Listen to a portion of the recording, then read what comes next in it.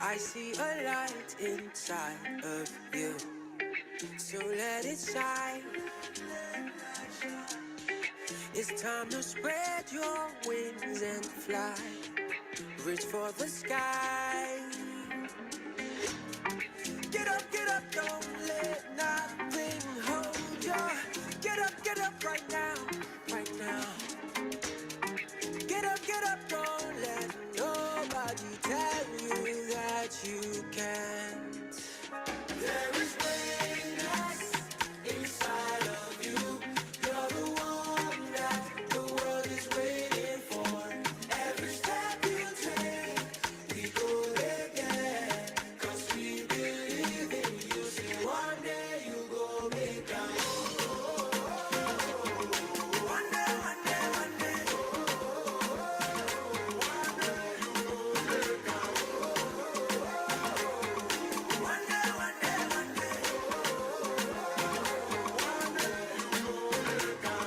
Don't let nothing push you down.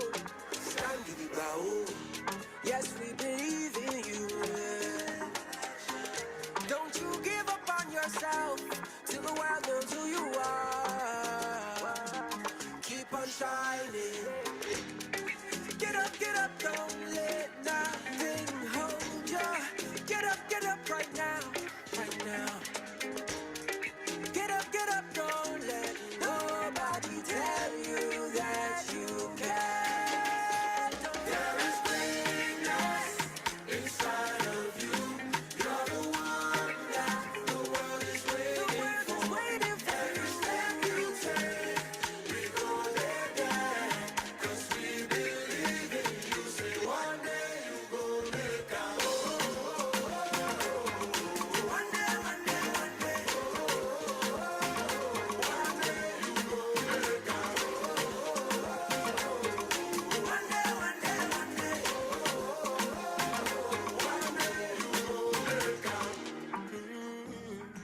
One day you'll be like the sun. Say one day you go shine. Access, more than banking.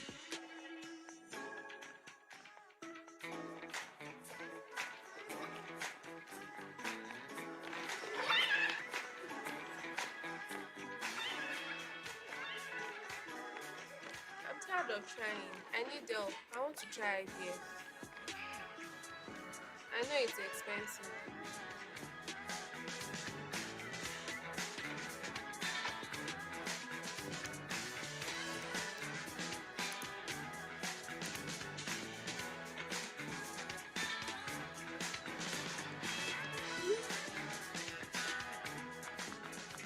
Are you struggling with a health challenge? Do you need financial help to access treatment?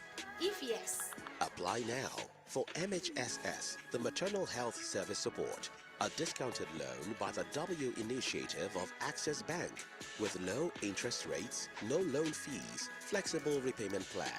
This is your best bet for financing your health needs. For more information, visit our website on www.thewcommunity Access Bank branch nationwide. You can also send cares at accessbankplc.com. Terms and conditions apply. The MHSS has successfully financed hundreds of health procedures. the next one could be yours.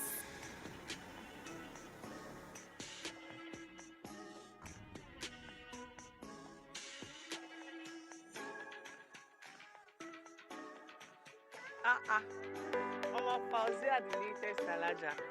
This year Haji went on. I hope you pray for us, because this year we must make plenty money. Inshallah, this year we'll all make plenty profit. For your customers miss you, there is always someone checking on you. I miss them too. At least it will justify all the charges I keep getting. It's too much for a lie. So Mama Fauziat, why do you keep stretching yourself? All you need is the right account for your business. We use the Access Bank's business account. Tolu is right. I use Access Bank's VBA Classic account. And you see that monthly fixed charge? I love it. No hidden charges. I know how much I spend monthly on my business. which makes it easy to calculate my profit. And I use the DBA Flex account. It is pay as you transact, and it is even discounted though. So that means I can choose between Access Bank DBA Flex or DBA Classic depending on my type of business? Exactly. You people should be giving me this update. And this Access Bank. Running a business could be tough, but banking shouldn't be.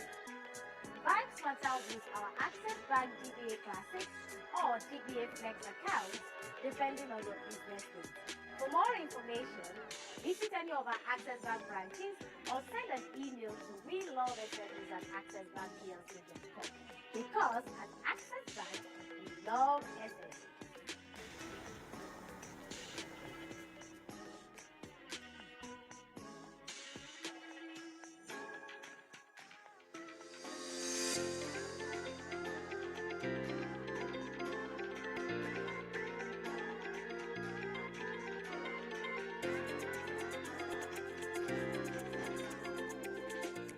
We hit the road today to spread the good news about the W initiative of Access Bank. We sensitized both customers and staffs at different branches on the different offerings of the W initiative, ranging from our loan products to capacity building, advisory, and so much more. We encourage women to join the W community on all our social media platforms, Instagram, Facebook, X, and YouTube at the W community.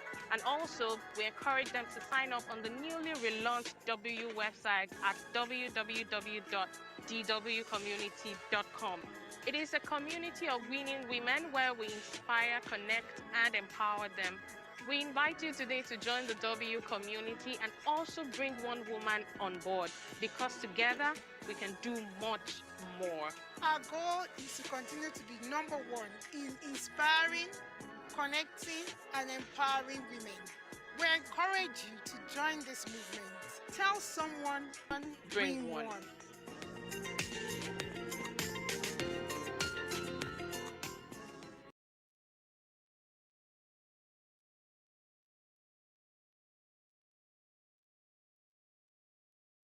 Wonderful afternoon to you all, and welcome to the W Business Masterclass 5.0, proudly brought to you by the W Initiative of Access Bank. At the W Initiative, we are the home of everything Access Bank has to offer women, and our goal is to inspire, connect, and empower women through meaningful opportunities, strategic partnerships, and impactful conversations that enable them thrive. One of the ways by which we do this is by bringing you capacity building sessions such as this. So it is an absolute pleasure to welcome you to this session this afternoon. My name is Ifeoluwa James Omoto. I am a gender professional, events compare, and a program facilitator. And it is my pleasure to very specially and very warmly welcome you to the program today. Now, before we get started, as it is our practice, I would love that you introduce yourselves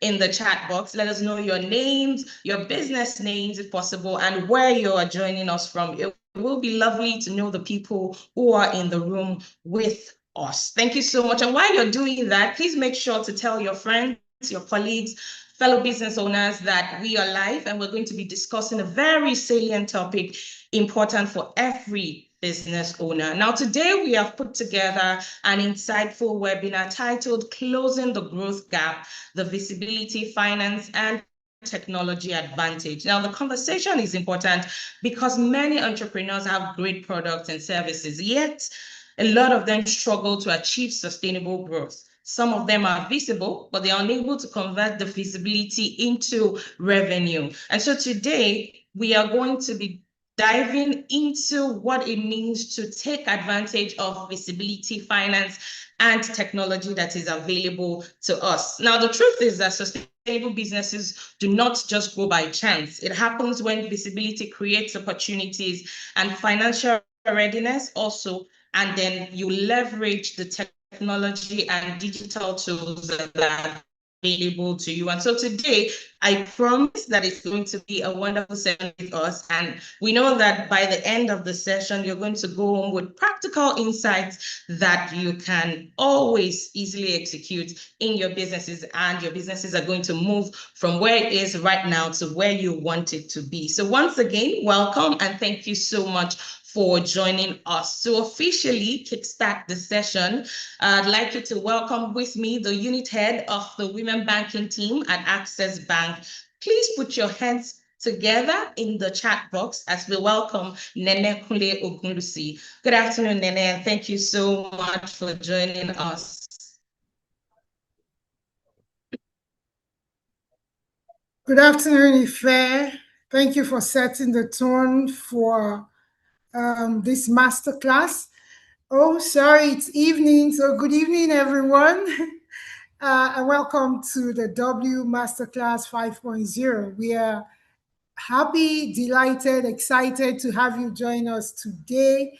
And if you are happy as we are, I would like you to give us a thumbs up in the comment section. This is going to be a very active and very interactive session. So I'd like you to give us a thumbs up in the comment section. Now, on behalf of the Access Bank and the entire women banking team, I want to sincerely thank you for joining us today. Whether you're connecting from Kano or from Lagos or Abuja and anywhere else from the world, we're delighted to have you join us. Now, at Access Bank, we believe women-owned businesses are not just contributors to the economy. They are powerful drivers of innovation, job creation, and sustainable growth. Yet, many entrepreneurs, women entrepreneurs especially, continue to face challenges in accessing finance, leveraging technology, and building the visibility required to grow and scale their businesses. This is why today's conversation is very important and very timely. Every business is expected to grow. And our theme today, Closing the Growth Gap, Visibility, Finance, and Technology Advantage, speaks directly to the three biggest levers that will transform businesses from surviving to thriving.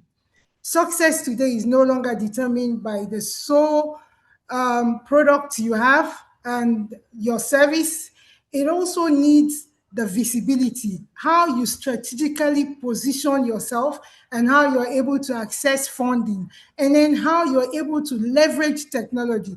Technology is very key in today's business world. And so in the next few hours, our distinguished speakers are going to share practical insights, proven strategies that would help you, that you can implement immediately, that will help you scale your business to where it should be. To my speakers, thank you for joining us today to empower women. We take women and women empowerment very seriously. Like Ife mentioned, this is the W initiative of Access Bank, and where we connect, we inspire, we connect, and we empower women. And so we ask you to join the W community. Follow us so you can stay very close and have first-hand information on everything that is available to women, which the bank has graciously made available.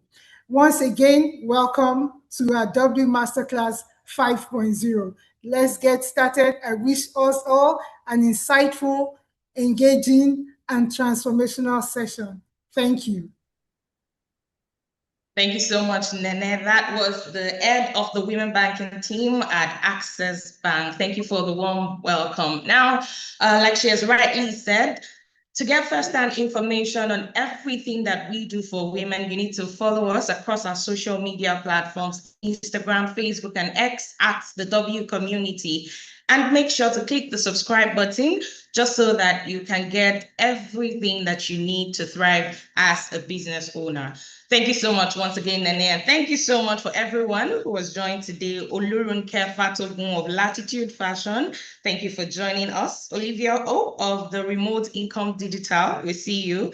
And Olato Majakodumi of Cakes by Toumi, thank you so much for joining. And to everyone who was joined this afternoon, thank you very much and welcome. Now we have set the stage for what promises to be an insightful and practical learning experience on how you entrepreneurs can leverage these three pillars to build resilient, profitable, and scalable businesses. And so we'll go right into the conversation. We will start with the finance advantage because we're going to be exploring what it takes to build a financially resilient and growth-ready business.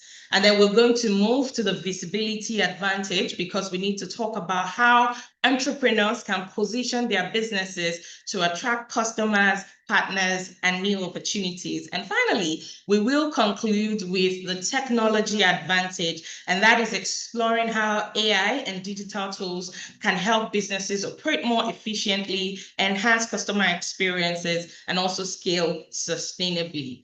Now, to begin our learning session, we will start, as I said earlier, by laying the foundation of sustainable business growth, which is the finance advantage. Now, today, we have joining us a very phenomenal speaker who will help us unpack exactly what it means to take advantage of finances. She's an Associate Director of Programs at the Policy Innovation Center, where she provides strategic leadership across gender and inclusion, as well as multi-sectoral programs. She has over a decade of experience in gender equality, women's economic empowerment, and policy innovation. And she has led the design and implementation of transformative programs that strengthen inclusive governance and drive sustainable development across Nigeria and Africa. Please welcome with your virtual claps in the chat box, like we always do, Adikemi Omoli.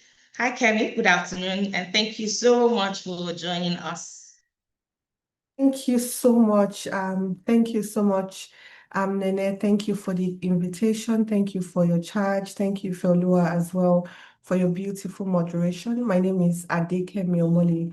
I work with the Policy Innovation Center as introduced. I'm just going to share my slide now. If you could kindly let me know if you're able to, see my slide as I share.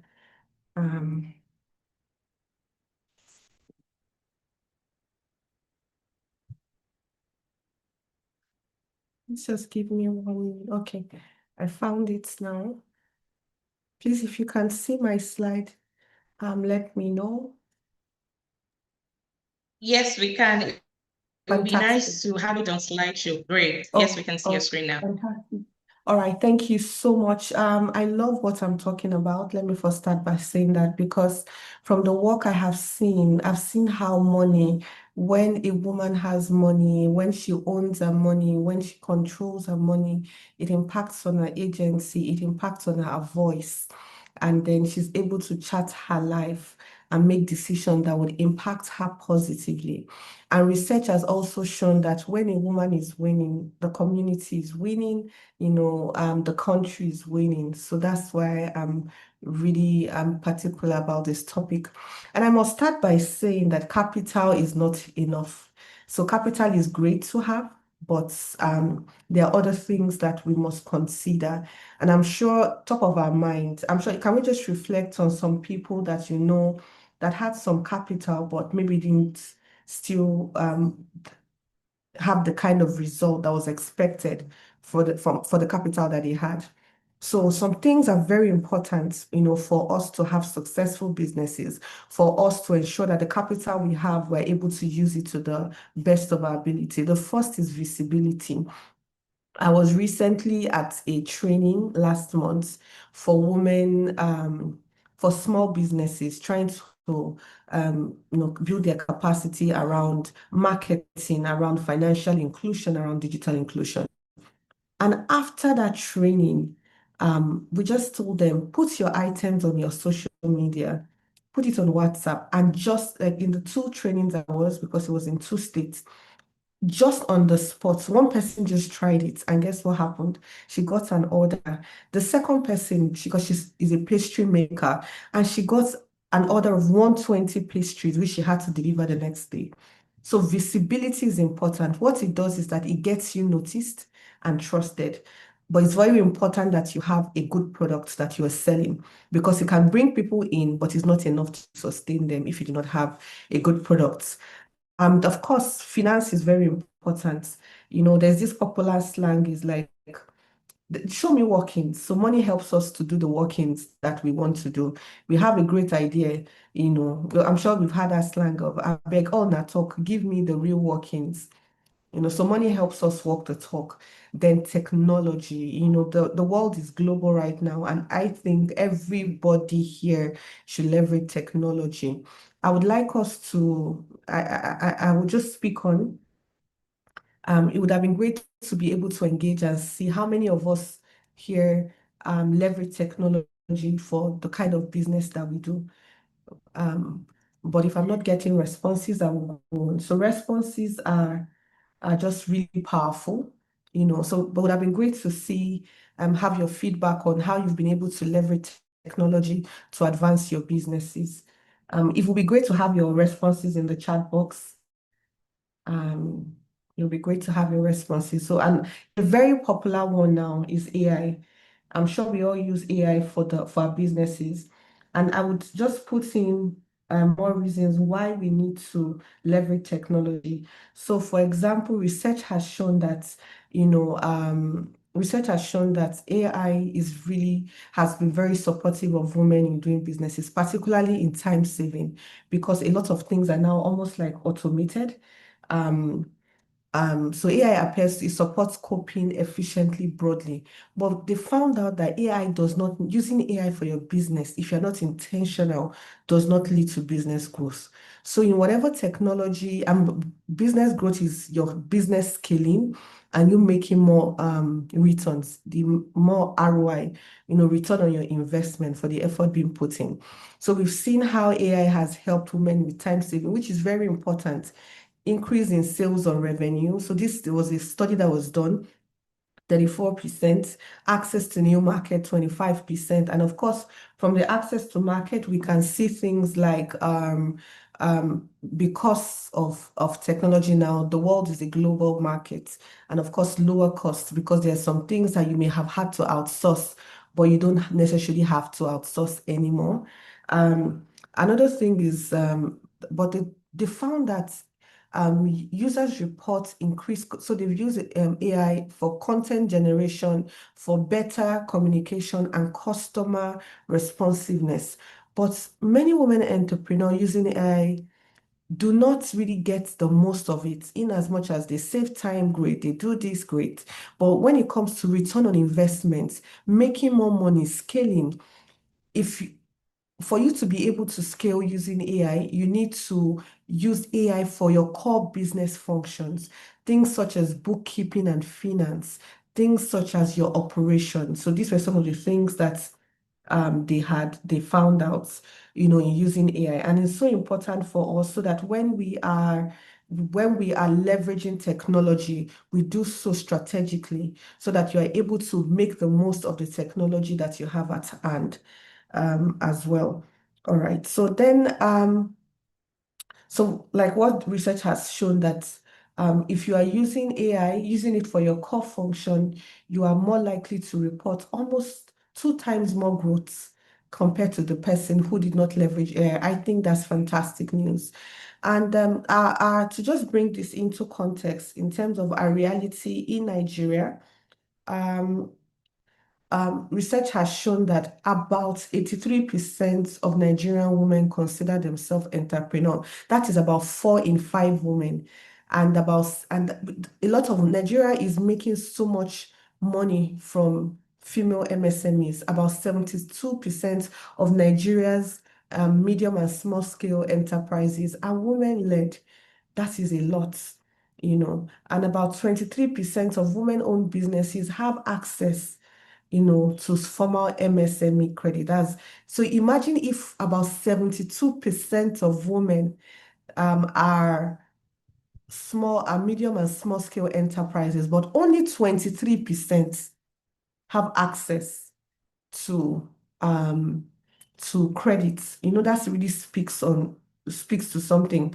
And so we see a credit gap facing women-led businesses coming to about 2.9 trillion according to research, despite the scale of what they do. So you can imagine what would happen if women were not women had better access. I can almost say that women are a strategic engine in Nigeria's economy. And given how strategic Nigeria is as well, they're a strategic engine in Africa's economy. But just to help us, so how can we move this 23%? How can we move it higher?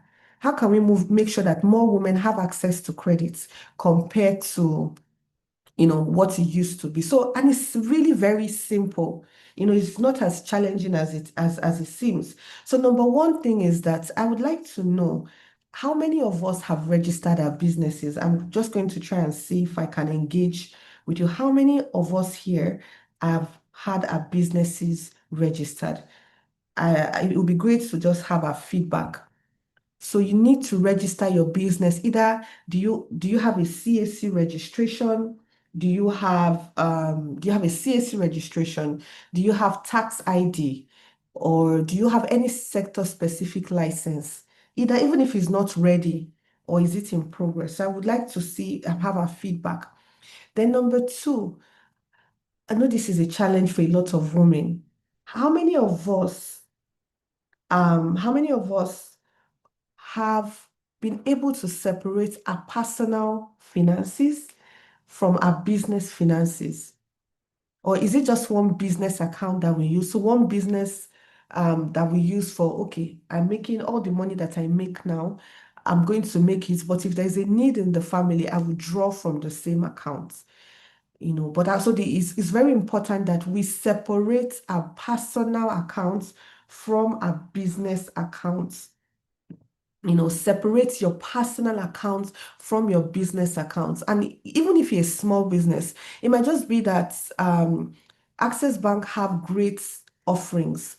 And I'm sure that they will have opportunity for us to be able to, dissect and have different accounts compared to a different account for business and a different account, for your personal account. Why is that? If you mix your accounts, you are more likely to spend your money for your business. And that's why you see, so there's a lady I buy yam from, and she brings her yam from Benue, lovely yam. But the last time I saw her, her shop was empty. And I had to say, Auntie, I'm waiting when are you going to bring yam? She has used all her business money for family money. Now she only has like a small bowl of Irish potato she's selling. So, but this could have been avoided if the accounts were separated. Then keep 12 months of clean financial records. So, and it doesn't have to be very techy. You can get a notebook like mine, the one I have. Every day, your expenditure is how much you are spending, how much you are saving. Have it on a daily, have it in a record. If you can buy a ledger so that you can keep it. Have a bank statement, and all these things. And you'll be amazed that when Access Bank, for example, you can then use it as something you can tender to have access to some resources. But so it's so important to keep records, because your record tell us a story of your pattern. And that's why people will say, oh, okay, they want to look at your bank statement, because from your bank statement, they can almost determine how your pattern of spending, how dependable you are if you were credited. Then another thing is prepare basic financial statements, a profit and loss statement, a cash flow summary. It will be very helpful even for you when you are able to do this, because so you're able to self-audit, given the scale of your business. And of course, if your business is bigger, then you can have an external party do it for you.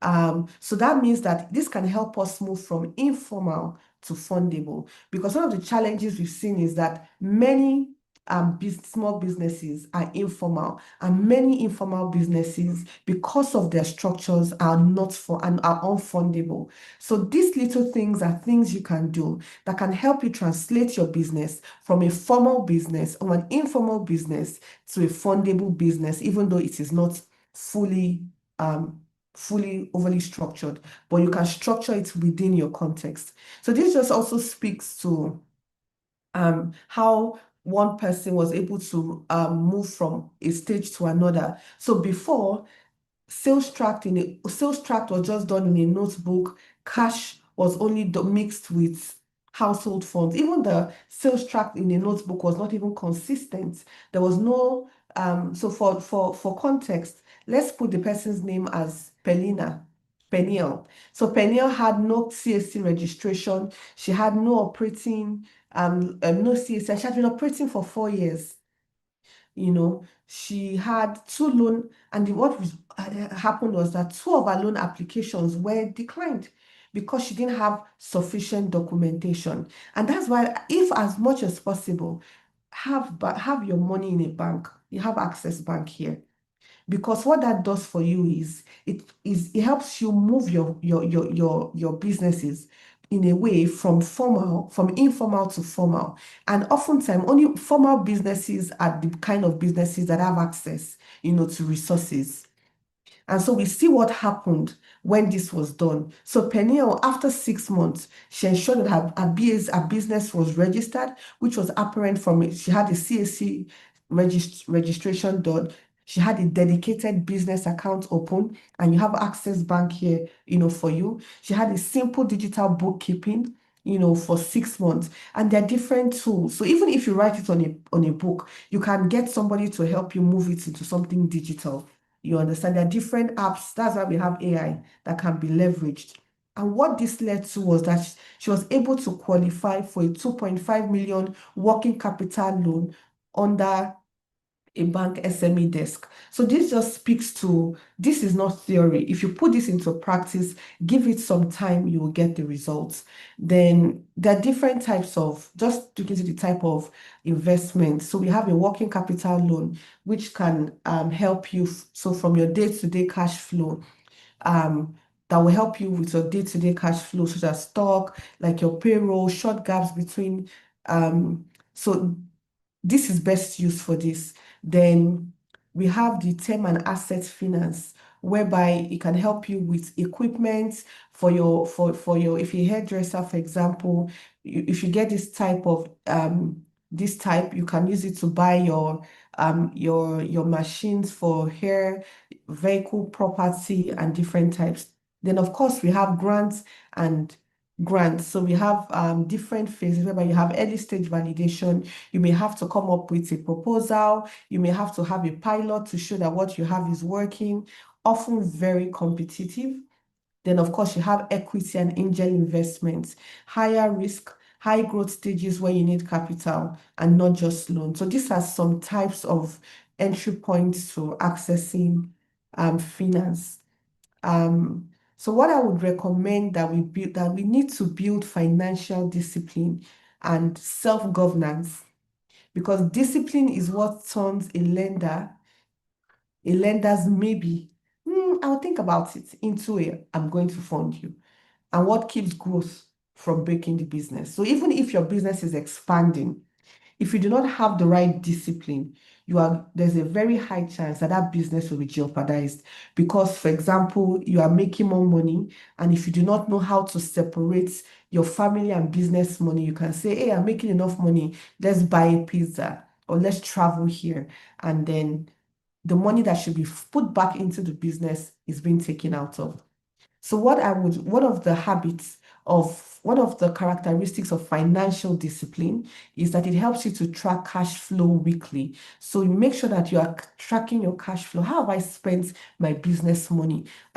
Did I borrow from business to family? Okay, I need to return it.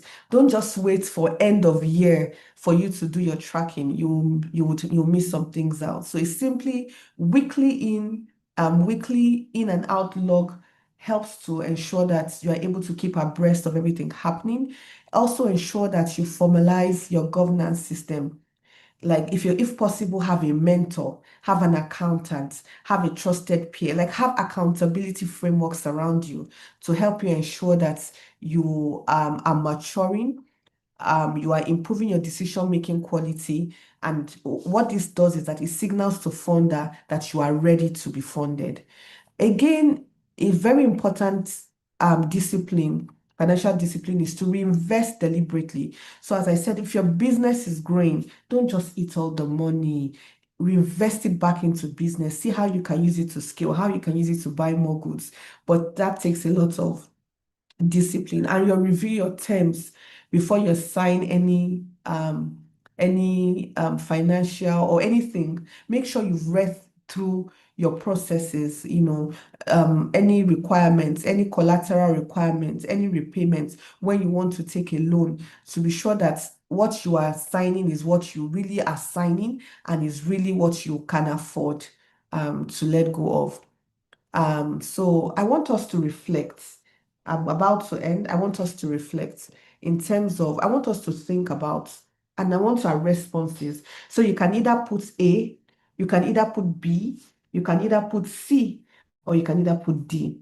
I want us to respond and help answer me. Have you registered your business?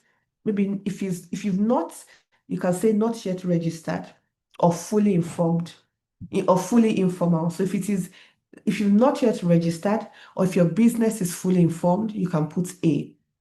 Then number two, if your business is registered, but records are inconsistent, you can put B. So it's possible you can put A and B if you're in this category.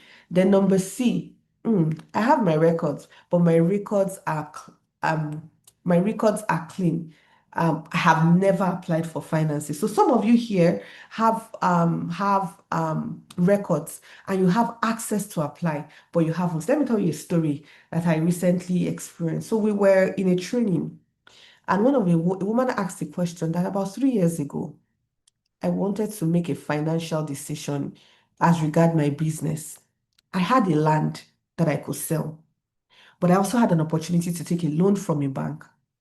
But I was afraid of loans.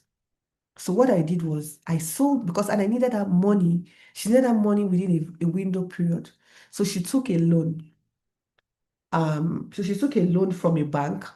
I'm sorry, she didn't take a loan. So she went to sell her land, but she sold it at a bad amount, a very poor amount, because she was in a hurry and also because she was in a tight spot.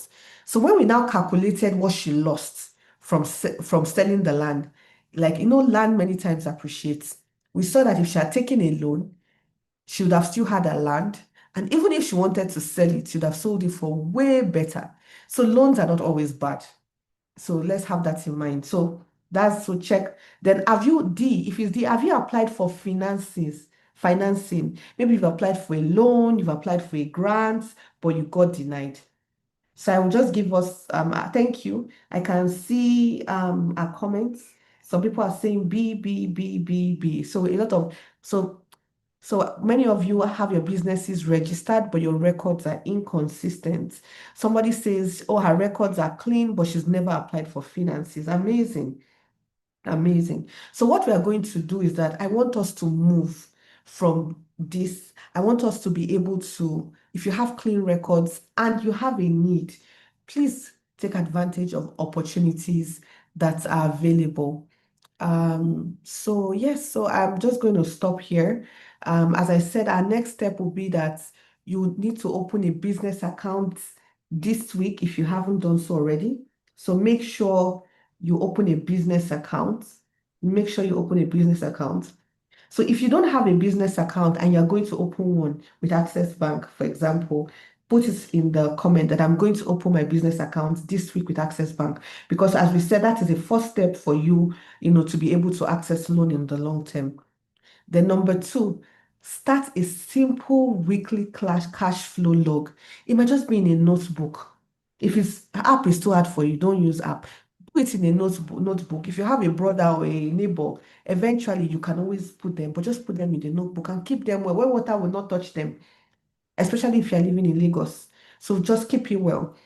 But if you're tech savvy, use technology, then identify one financing window period from this session that fits your stage. So Access Bank have great offerings. So identify which one you can take advantage of. Remember, visibility opens the door. Finance readiness is what walks you through it. So what we have done today is to ensure that we're able to move you into financial readiness, like to ensure that, and what you will now do is that you're going to take this knowledge and put it into action so that you're financially ready to be able to access capital. I'm loving the comments. Somebody says the interest rates are very scary for MSMEs. Very interesting. Another person says, I've tried business account in other try with Access Bank. I'm sure that for them to be training you like this, they have you in mind. All right. I'm just going to stop here. Thank you so much, everyone, for your engagement, for your comments. All right. Thank you. Thank you so much, Adekemi Omwani. Now, for everyone who has joined our webinars at one time or the other, you know how we clap for our speakers. So please let me see your claps in the comments section. Let's put our hands together for Adekemi. I think she did a very fantastic job, delving right into how we can take the finance advantage. Now, I particularly like the fact that she mentioned that capital alone does not build a business. And that business growth does not just begin with funding. It begins with a business that is financially disciplined, resilient, and ready to take advantage of opportunities. Now, we do not have so much time on our hands, and so I'm going to take just one question. And this question is, how does being financially prepared help entrepreneurs make the most of visibility and growth opportunities that come their way? Do you want me to take that now? Yes, please. All right, thank you so much. So when you're financially ready, what that means is that, so for example, you are visible. If you're financially ready, if you have, let's just go to even social media. You can get somebody to support your social media page, better position your products. It looks more appealing, just by being financially ready. When you're financially ready and you have access to capital, you can scale. So let's say now, as I said, in that training that we did about last month, they came to her and said, please supply us 120 pastries. If she was not if she didn't have enough finance, she would not be able to take up the opportunity. I don't know how the payment plan was, but visibility is not enough. You also need to, visibility is not enough, because if you do not have a good product, they will not come back. Finance is not enough because if you do not know how to reinvest, for example, who is your customer? You understand what do they need? Then with the finance, you can then tailor your products and services to better ensure that your customers are satisfied.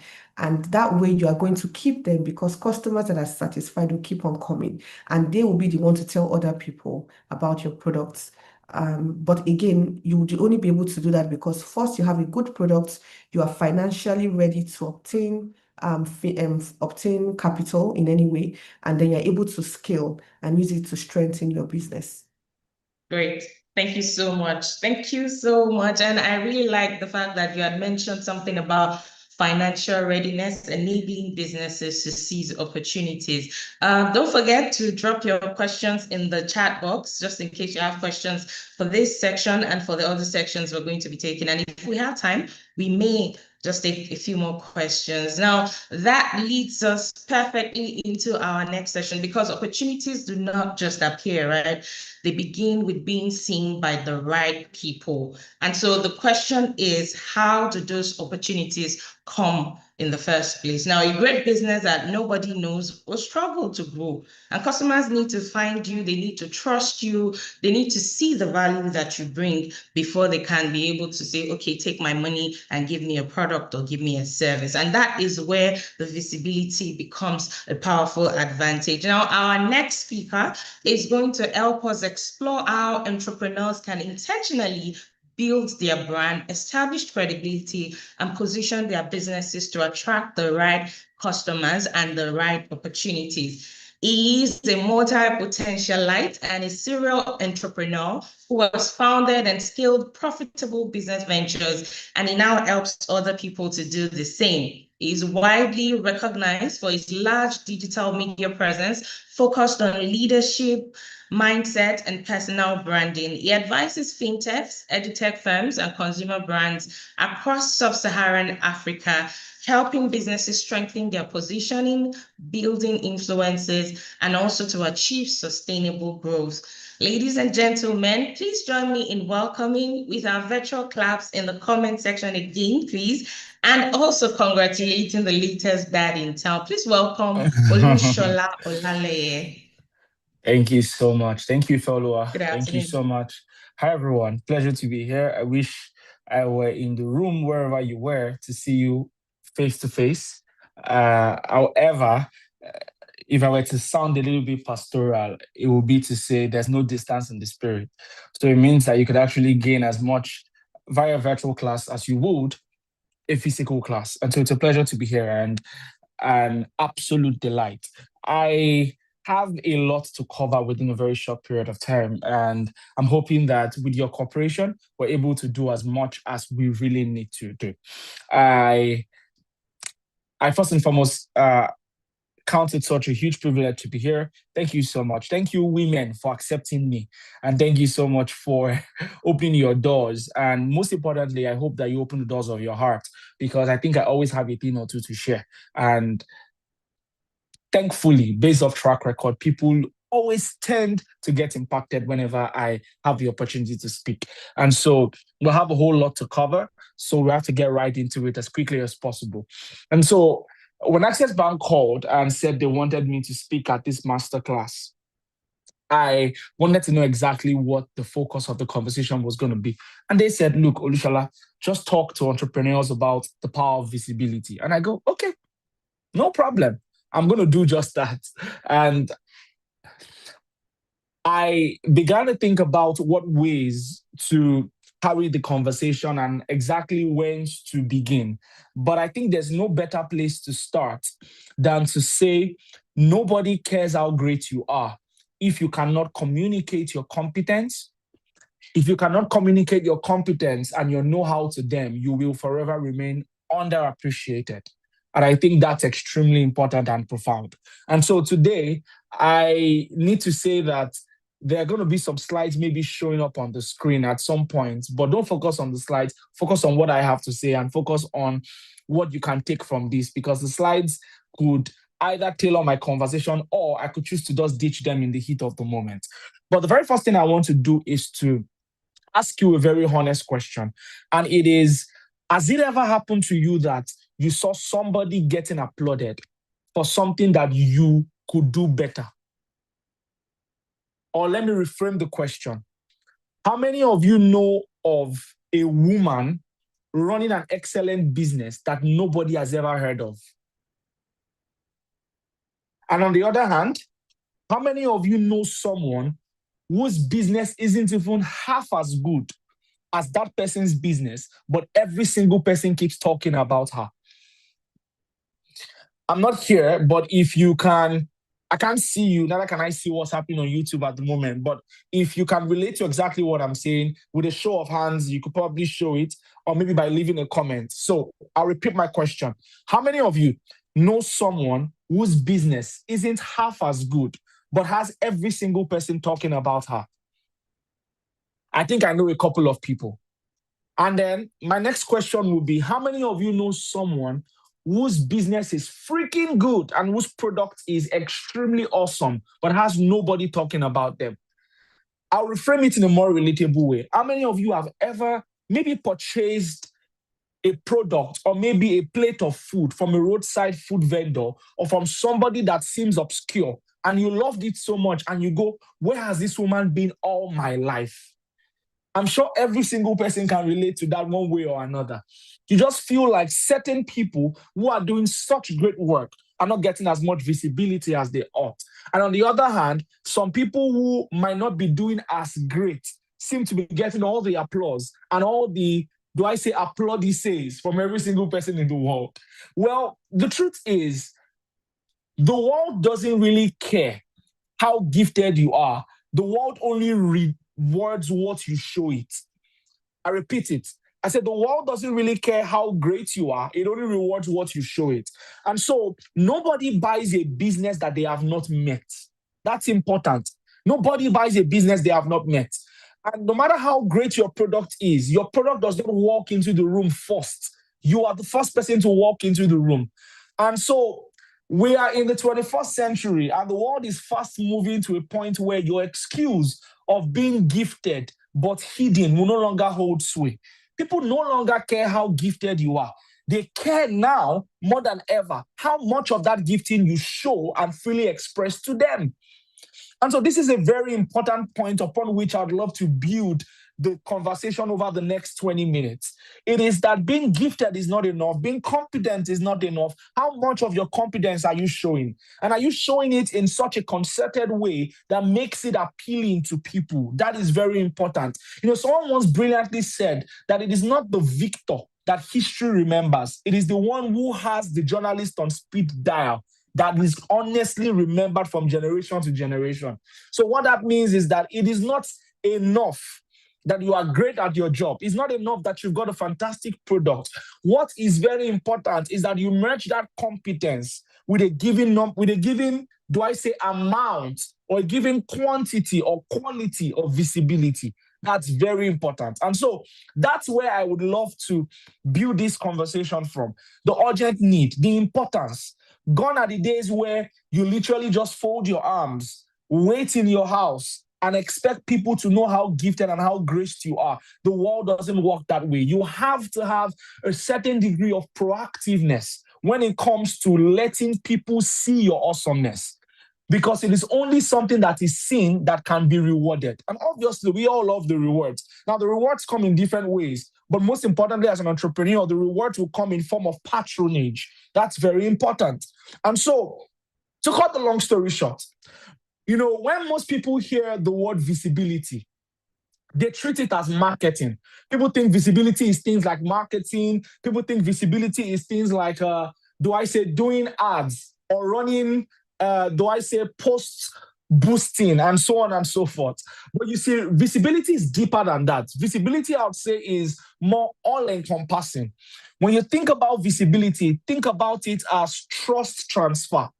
How can I ensure that people will see what I have on offer and trust me well enough to part with their hard-earned money for it? I always tell people that it's not as if people are broke. People aren't really broke or too broke to buy what you're offering. You just haven't given them enough reason to part with their money. Think about it and be very honest. That no matter how broke you are, for example, there are certain things you will always buy. No matter how much you claim not to have money, there are certain things you will always part with your legal tender to purchase over time. And so the real problem is not the unavailability of money. The real problem is, do people trust you well enough? And do they think that your product is compelling enough to make them part with their money? This is very important. And so what I would call visibility is trust transfer. Visibility is trust transfer. And so when you show up as a person, you are lending your personal credibility to your business. And so there are different ways to look at the idea of trust transfer. So the very first one I want you to embrace is what I call borrowed trust, because I'm talking to entrepreneurs here about visibility, but I'm also cognizant of the fact that most of you must know that you have personal brands that are separate from your business. That's very important. I think it's a very good place to start from. You see, usually when people think about visibility as entrepreneurs, we always think about, okay, getting my business out there. Yes, that's important. However, there is actually a very major paradigm shift that is currently prevalent, particularly since the turn of the century. So coming with the digital age is actually a paradigm shift where a whole lot of people are now more attracted to personal brand-led businesses than institutions. So I like to put it this way. It has been said through research that about 70% of people are now likelier to trust a personal brand than they trust an institution. And so this is very evident in different areas, even in business and in real life and in the world of social media and the digital space at large. A very good example is that most people here are likelier to follow a bank CEO than the bank itself. If I were to ask by show of hands, can everybody here tell me by waving their hands if you use a UBA bank or a UBA account? I'm sure maybe about 20% of the people listening here have UBA accounts. Good stuff. Now, if I were to ask everyone who has a UBA account, do you follow UBA's official social media accounts? Will it be a yes or will it be a no? It will most likely be a no. because I tested this a couple of days ago, and just about 15% of people raised their hands. Now, I'm going to ask another question and say, how many of you here are following Tony Elumelu? I'm sure the stakes will go higher and the numbers will increase because more people that use the UBA account are following him than they're following the UBA account. And even those who do not have UBA accounts, like I do not, are also following his page. So what that means is that as human beings, we naturally gravitate more towards the founders of these enterprises than the enterprises themselves, which means that that changes a whole lot in the dynamics of visibility. Gone are the days where for you to get a business out in limelight and for you to project what you do as an institution or as a business empire, you had to focus on just pushing the business brand alone. Well, gone are those days, because you see, back in the day, for you to gain any traction, either in business or in politics, you needed to ensure that you funded the media. You needed to ensure that you spent a lot of money on putting, stuffs on billboards and newspaper ads, what is called traditional advertising. Well, since the turn of the century, things have changed. Thanks to the advent of social media now, you find out that a whole lot of people have now embraced decentralization of the media.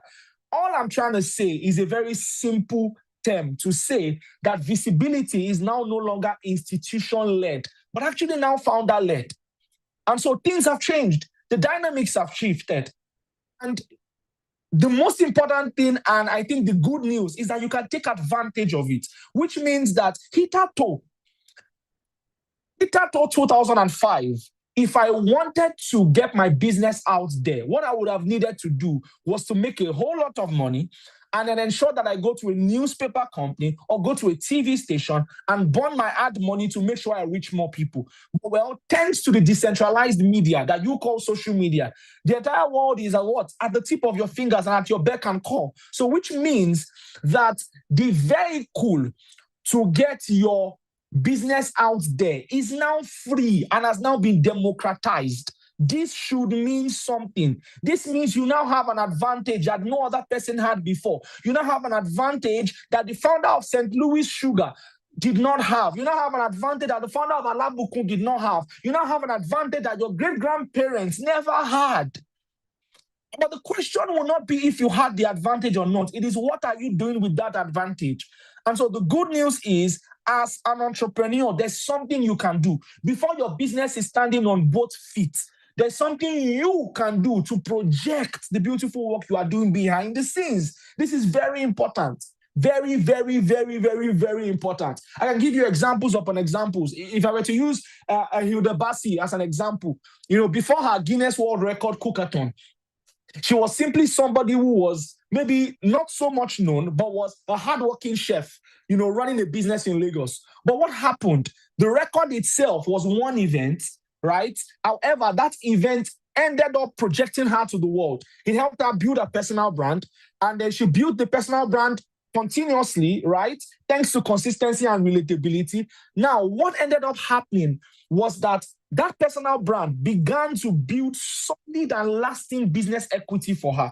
So I'm saying that to simply say, for many of you on this call, I want you to embrace a principle called borrowed trust. In the early stages of your business, there's a way you can transfer credibility from your person to the business before the business rises to the point where it can successfully stand on its own.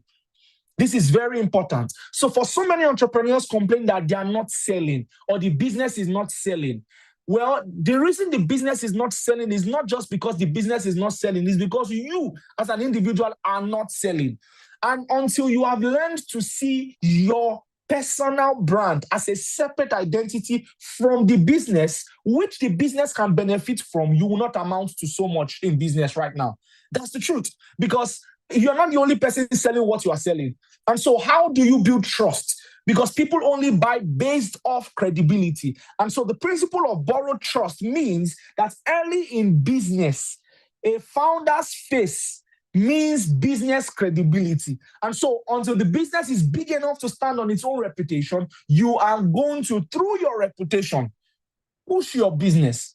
That's very important. I wish I could give you a shorter cut. I wish I could tell you that there was a faster way out. But I'm very honest with you. The fastest way out, if any, is to operate on the principle, like I said, of borrowed trust. As you begin to ascend as an individual, by the way, let me just be clear. You all have personal brands, whether you like to admit it or not. Every single person within the reach of my voice has a personal brand. Now, when people hear personal brands, they typically think to own a personal brand means you have to be an Olushola. You have to be someone who is out there, has tens upon thousands of followers. That's not necessarily true. That's not what it means to have a personal brand. Owning a personal brand is actually something that precedes and comes before anything you put out on social media. Branding is simple. A brand is not logo, is not flyers, is not designs, is not poster color. A brand is a reputation. And so pay attention to this. Everybody has a personal brand in that every single person has a reputation. Your reputation is who people say you are when you are not in the room. Your reputation is what people talk and say about you when you are not present. And so whether you like it or not, everybody has a personal brand. So in the early stages of your business, one of the very interesting things you will notice is that people don't necessarily buy, quote and unquote, because the product is good. People are buying because of the person selling it initially. I mean, nobody has ever tasted your bread before, Auntie Shade. So if I've never tasted your bread before, I'm only buying because I like Shade. And because Shade has a track record of being honest, selfless, hardworking, and every other thing she has touched has turned to gold. And so if she's selling bread, I know that the bread will be good. And so do you notice that dynamic? That at the most initial phase, for people to buy from you, you usually have to do what we call, once again, the principle of what? Borrowed trust. And so whether you like it or not, in the first, second, third year of your business, that might actually be what you begin to leverage on. Now, not that your product is not good enough to stand on its own, but in the early stages of your business, you as an individual has got to want to come out of the shadows to project it, tell your story in a way that is compelling enough to have people come, to endear people to you. That's very important. And so the first thing I wanted to talk about was the principle of borrowed trust. However, I want to get very practical and I want to get to the real juice of things. So once again, I recap. Initially, you need the principle of borrowed trust to transfer credibility from yourself as an individual. This is important, onto your business. However, someone then might ask, Olushola, I have zero credibility. How do I build it? Now, I'm going to give you in maybe three or more very practical and simple steps on how you can actually build credibility as a founder who is leading a business and then be able to also transfer and contract that credibility to the business. The very first thing I want to tell you is, number one thing that you must understand when it comes to building credibility is the world needs you. I'll put it that way. I'll say the world needs you. I think one of the biggest issues most of us have is a bit of an inferiority complex, in that many of us think, to a very large extent, that we don't know enough, or we don't have enough in us to share to be able to impact people. That's the very first point and the very first problem that you must solve in and of itself. It's not that you don't have enough or that you don't know enough to impact people. It is that you have not come to the point as an individual where you've been able to curate the little that you know. So I repeat what I'm trying to say. The first thing I want to say, I repeat, is that it's not as if you don't know enough. You actually know enough. It will shock you that you know enough to meet people at a particular point of need. It's not as if what you know is not enough to solve their problems. I think first and foremost, it could be a bit of a personal trust issue. I think what most of us think is that we need to have every single thing figured out before we project our personal brands, our personal images. Well, that would be a lie, because I found out in my years of doing this that people are actually more attracted to your journey than your destination. People are not necessarily waiting and looking for a perfect individual to impact them. People are actually waiting for someone and looking for someone that is relatable. Your authenticity will sell above your perfection. So the biggest hindrance I've noticed to most people's projection of their personal brands is that they think that, until my business is here before I talk about it, or until we start doing this figure before I start becoming more active on social media. That's a lie. It's a lie. Just think about it. Have you noticed that almost everybody you respect online, or almost everybody you look up to, almost everybody you want to hear speak, what actually endears them to you is not that they seem to have every single thing figured out, but is that they said something that you could absolutely relate to. Now, the reason you could relate to it is because they struggled also at different points in their lives. People, I repeat, are more attracted to your process than your results. This is very important. And so to every entrepreneur here, that product should not necessarily be international standard yet. It is okay for you to document your journey. That is very important. And so the first thing you must learn is you must be seen doing the work and not just announcing it. Process content will always beat polished announcements. That's important. Process content will always beat polished announcements. People want you to take them on a journey. People want you to take them on a journey because people are likelier to trust what they can watch happen. When you make statements like, join me, make this kaftan for so and so clients. Join me, bake this cake for so and so clients. Those kind of videos, for example, appeal to people more than just showing the final piece of cake. No, it's okay if you walk people through the process of the how you did it, of where you've been coming from. I don't know how many of you can remember the trend of there was this trend that was going around. I think it was 3-4 years ago. Asama bomwana kumama mama. I think at that moment it was simply showing people's throwbacks, right? It showed where people were coming from and where they currently are. Now, such trends actually make people appreciate your journey a whole lot more than you can imagine. And so I'm saying that to simply say to somebody who is here in this room, thinking that their business must already be at a particular pedestal before they start showing up. Well, that's a lie. You can start now. You can start now. You can start now. Not everything that starts will be great, but everything that will be great has a start. So what's stopping you? Is it a figment of your imagination? What's stopping you?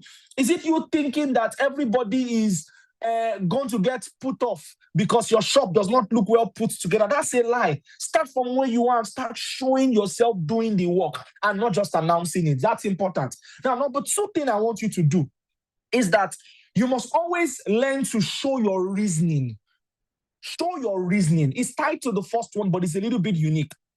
And so, one thing that will actually help you project your business well, or I'll say your product, and edge towards visibility is always let people know, here is why I made this choice, right? Here is how and why we decided to make this particular product. Let's say, for example, you make, let me say you make scented candles, right?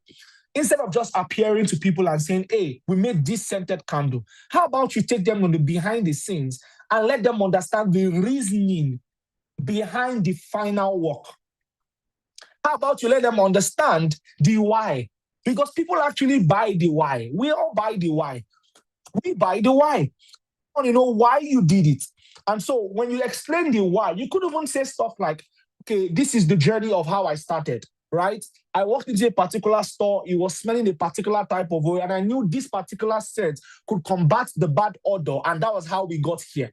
So walk people through your reasoning. Don't just show the results. This is very, very, very, very important. Now, the third thing I want you to learn is I want you to embrace the law of compounding with respect to visibility. Now, I don't have much time. I think I have barely 5 more minutes to be able to wrap through this. But you see, embrace the law of compounding means that many times the reason most of us never start is because we think that we're already too late.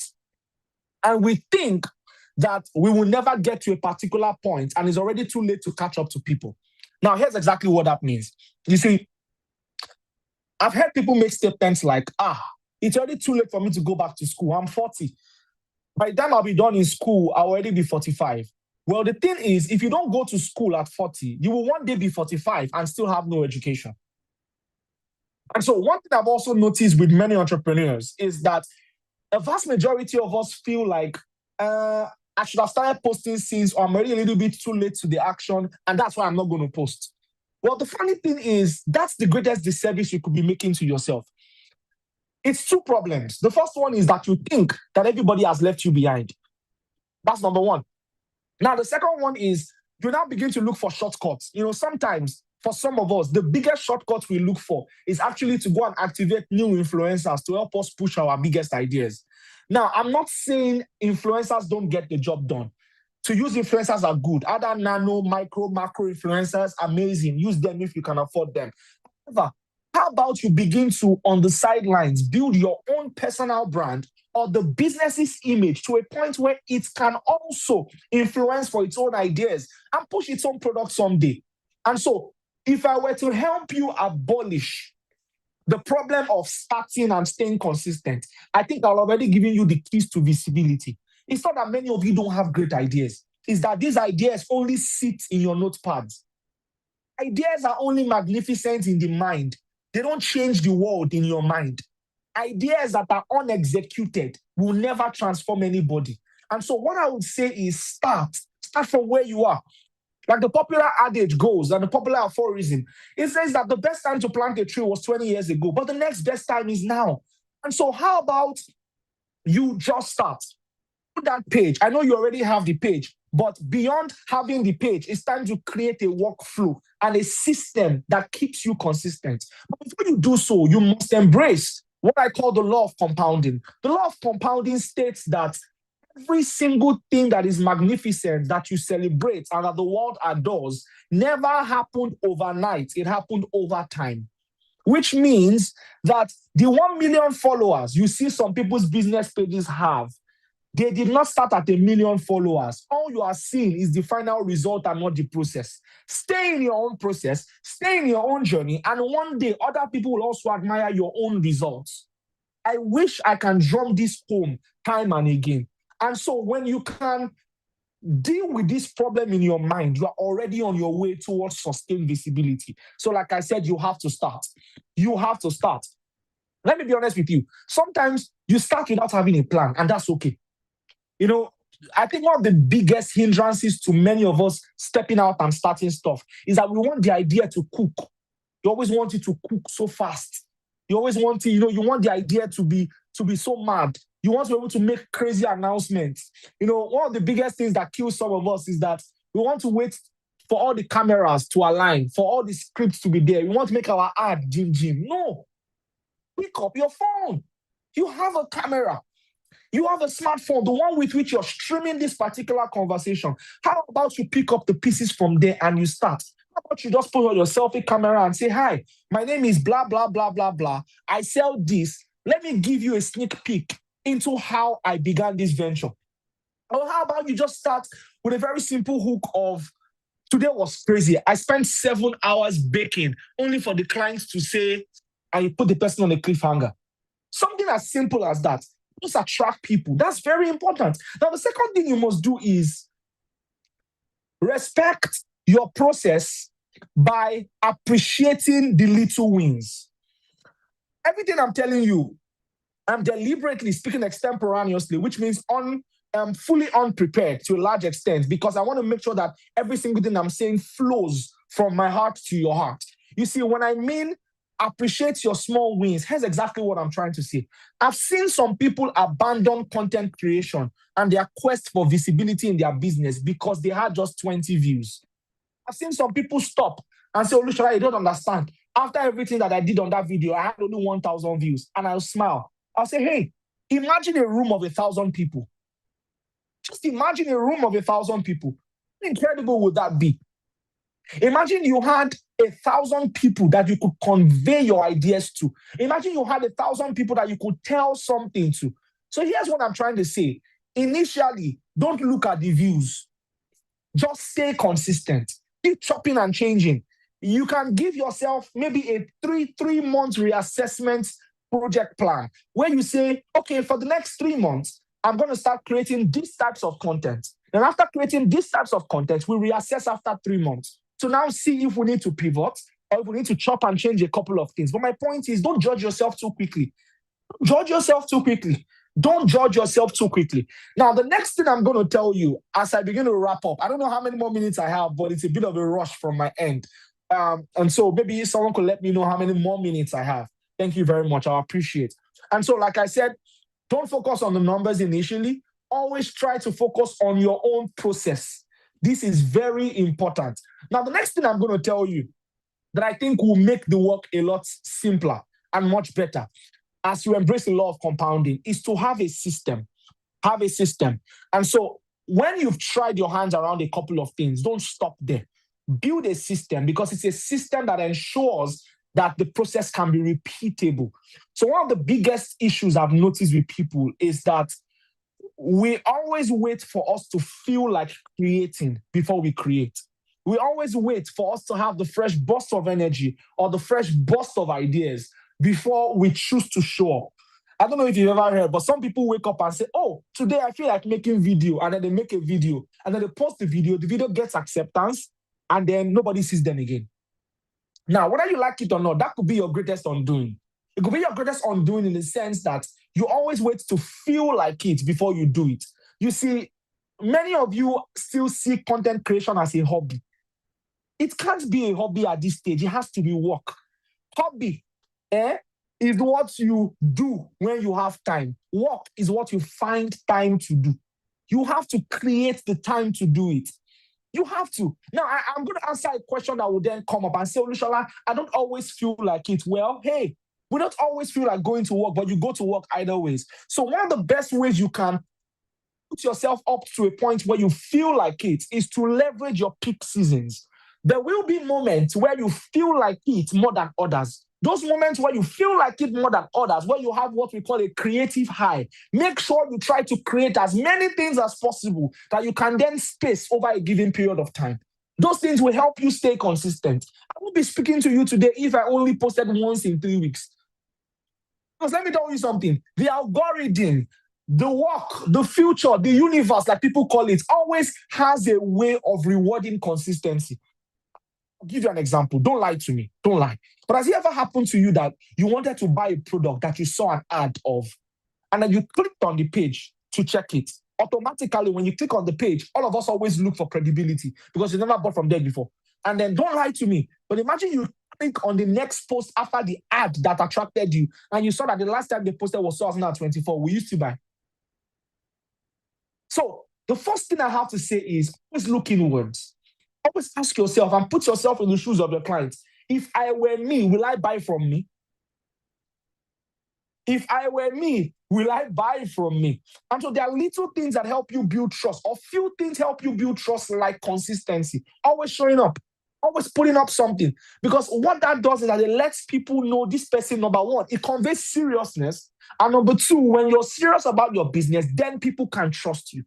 And so I would say this, and it's very important. Create a system that keeps you accountable. What do we post on Mondays for? People say things like content calendars are overrated. Well, they're only overrated if you are already a very disciplined creator. But if you're somebody who is still fighting with consistency, calendars will keep you accountable. Calendars will keep you accountable. And so that's very, very, very important. Keep showing up. I was telling someone recently, I said, has it ever happened to you that the algorithm brought someone's video your way, and it's a video you really love, a video you really like, and you click on the person's page, right? But something stops you from following. You know why? The reason most of us don't follow the person who posts a viral video is not because we didn't like that particular viral video. We only follow after going to the person's page and seeing that they have more videos that have the tendency to make you smile and laugh and excite you, motivate you, impact you the same way the first one did. Because people don't like one-hit wonders. We don't like it. And so my question is, why make your business a one-hit wonder? And so I wish I could give you 10 steps to visibility prosperity, but I'll be a liar if I said so. There are no formulas that if you use now will transform your business overnight. But what I'm telling you is a formula for not overnight, but over time. Show up. First and foremost, I'll recap. Acknowledge that you have something to say. Acknowledge that you have a personal brand. And also show up originally.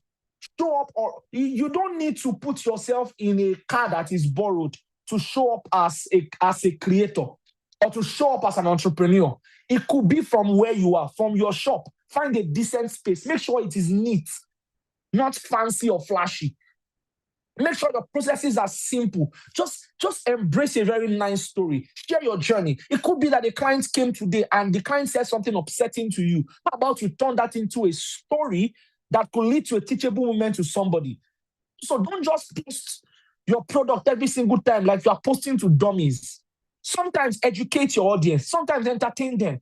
Sometimes seek to excite them. Sometimes share your failures. Sometimes talk about how you went for a trade fair and you thought 1 million people will come, but only 2,000 people showed up and your product has wasted. Let them see it.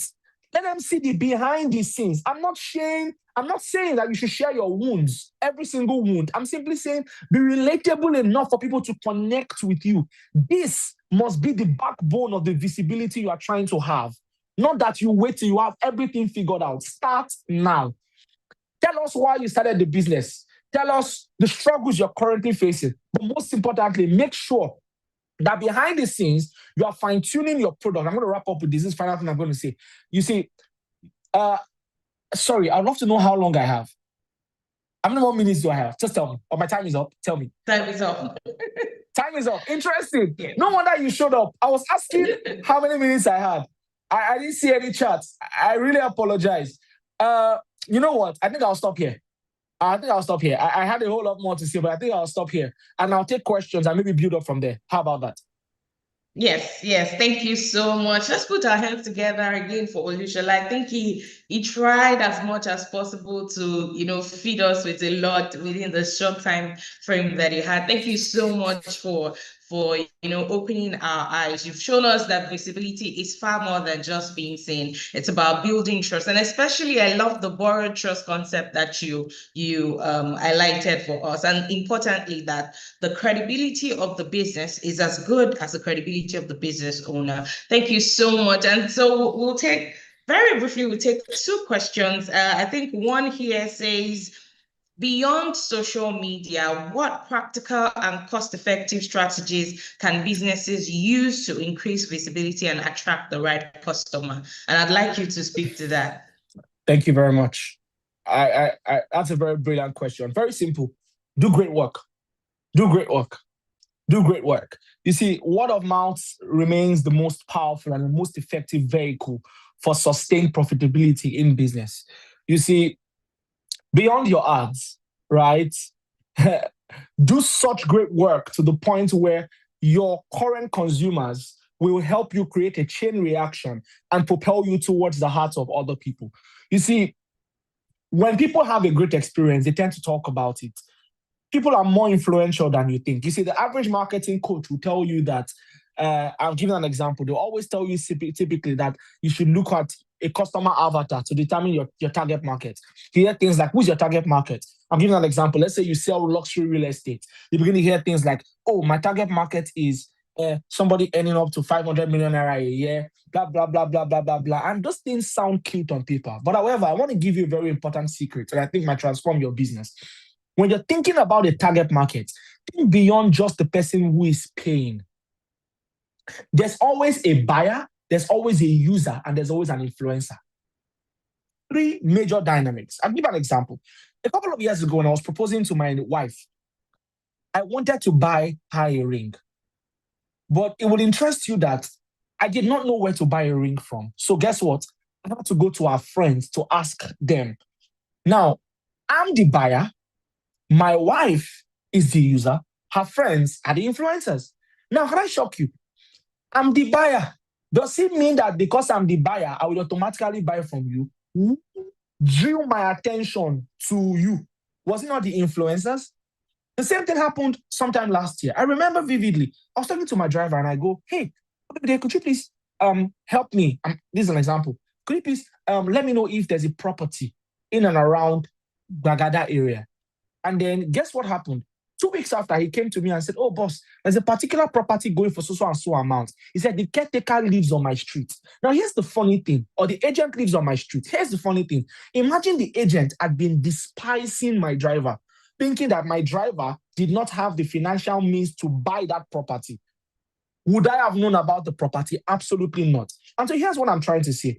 You see, many times, beyond just the end user or the buyer, also think influencers. And you see, there's nothing greater than having your customers themselves be the greatest influencers. And the best way to do it is through two things. Number one, make sure that the core product is as good as you say it is.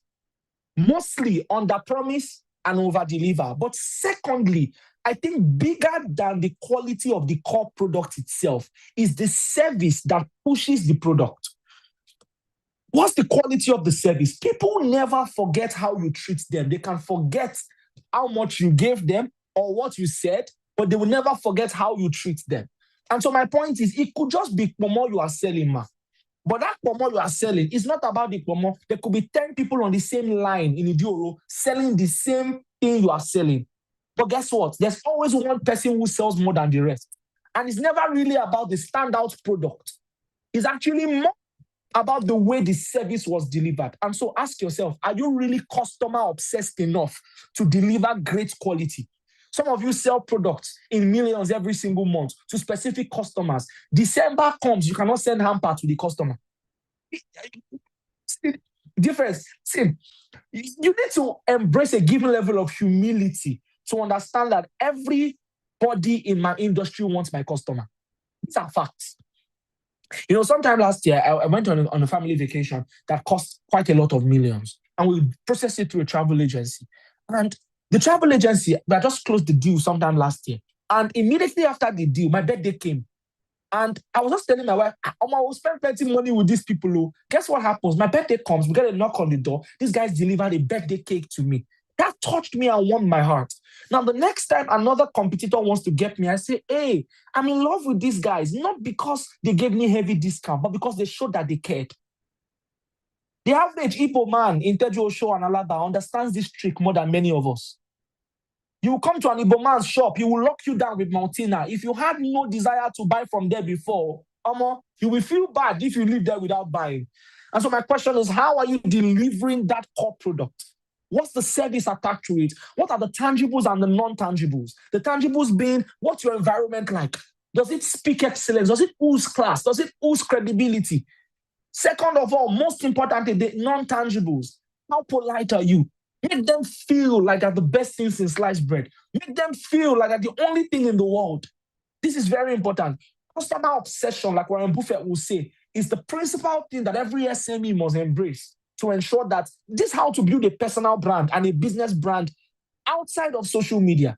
Because let me tell you something, when you make people feel good, they will get home and tell their most direct contacts, "Hi, babe, I had a great time today at the market too." Hey, really? Now, pay attention. That husband then goes to work, and when a colleague wants to buy something similar, say, "My wife bought from here," it creates a chain reaction.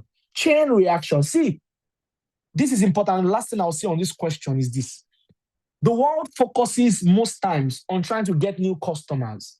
But are you aware that it is 5 to 7 times cheaper to retain an existing customer than it is to get a new customer?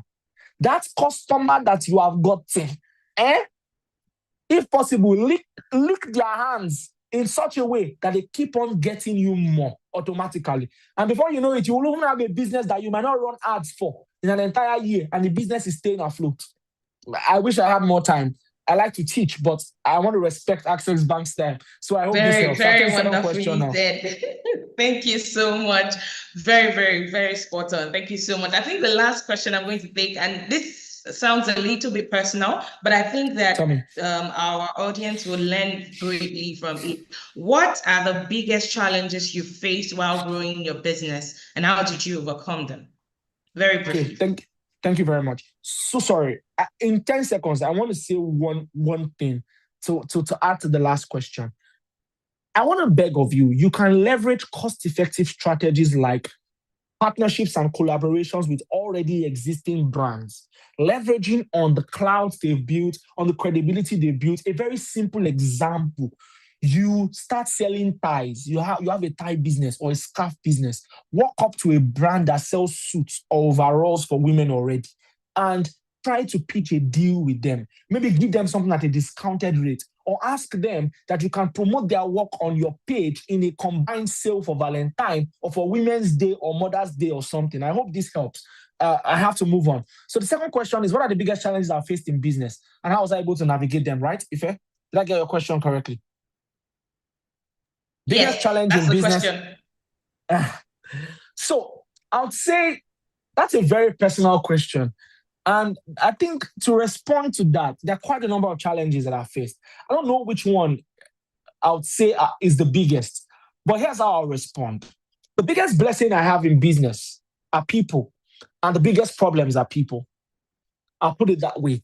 I'd say that as an entrepreneur who has been at this for about a decade, the biggest challenge or the biggest problems that I faced, I would say, were problems of indecision. So I grew up raised by an empathic widow. My mom is extremely empathic. She's one of the nicest people you ever meet. And so she took that niceness into business. You offend my mommy, you apologize, she forgives you. Everybody had my mommy's ATM card. People will steal from her, she'll forgive sometimes. People will do this one, she'll let it go. They'll misbehave sometimes, Yashala fashes everything. And without knowing, I was watching. And you see, I began to, don't get me wrong, I would forever appreciate and love the fact that I was raised by an empath because it made me an empath. I'm an empath and I will forever will be. However, you need to understand the balance between being a nice person and being a kind person. God is not particular about you being nice. He's particular about you being kind. Most times, nice people don't know where to draw the line. And that's a very interesting dynamic you have to learn. And so in business, one of my biggest problems was I was very indecisive when managing people. So what happened was that I did not know how to cut the cancer when it was just a tumor before it spread. When it was just a lump, I did not end it there. And so one of the biggest issues I faced was when an employee begins to work with you and begins to show certain traits that lets you know that this person has no future here. Sometimes you train and be patient, yes, but some other times you fire immediately because you can already see the trends that this person will definitely not change and is therefore recalcitrant.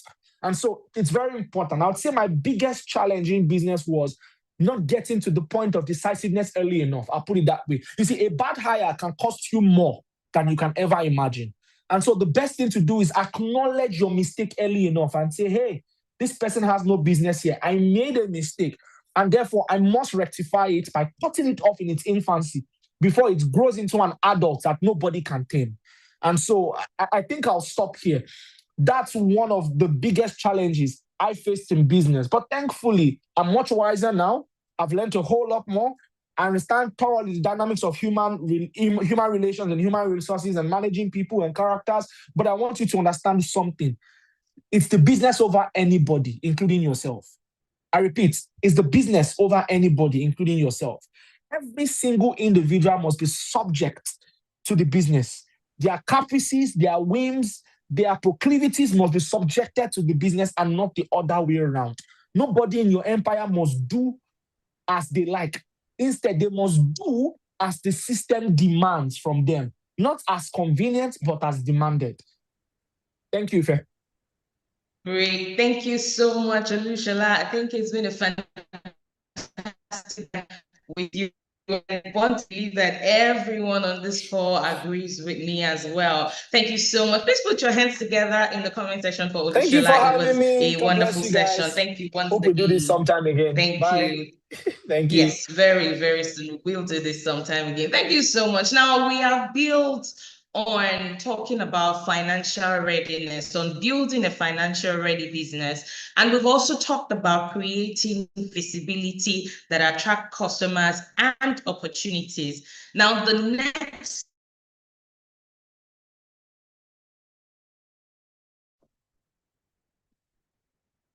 do you scale without burnout? I think the answer lies in leveraging the right technology. And so our final presentation is going to explore how entrepreneurs can harness artificial intelligence and digital tools to improve productivity, enhance customer experience, and also unlock new opportunities for growth. And our final speaker is a tech content creator and a digital entrepreneur. He's very passionate about making technology simple and practical for everyday people. Through engaging videos and educational content, he has helped individuals and businesses discover digital tools, AI strategies, and to improve productivity, to solve real world problems, and to unlock new opportunities. Now, his works have reached millions across social media, and he has collaborated with a lot of leading brands across the world. Now, please put your virtual hands together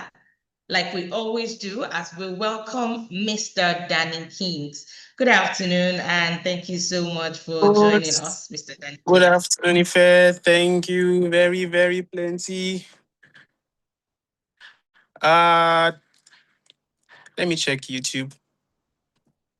Can I see those hands? Thank you so much for having me.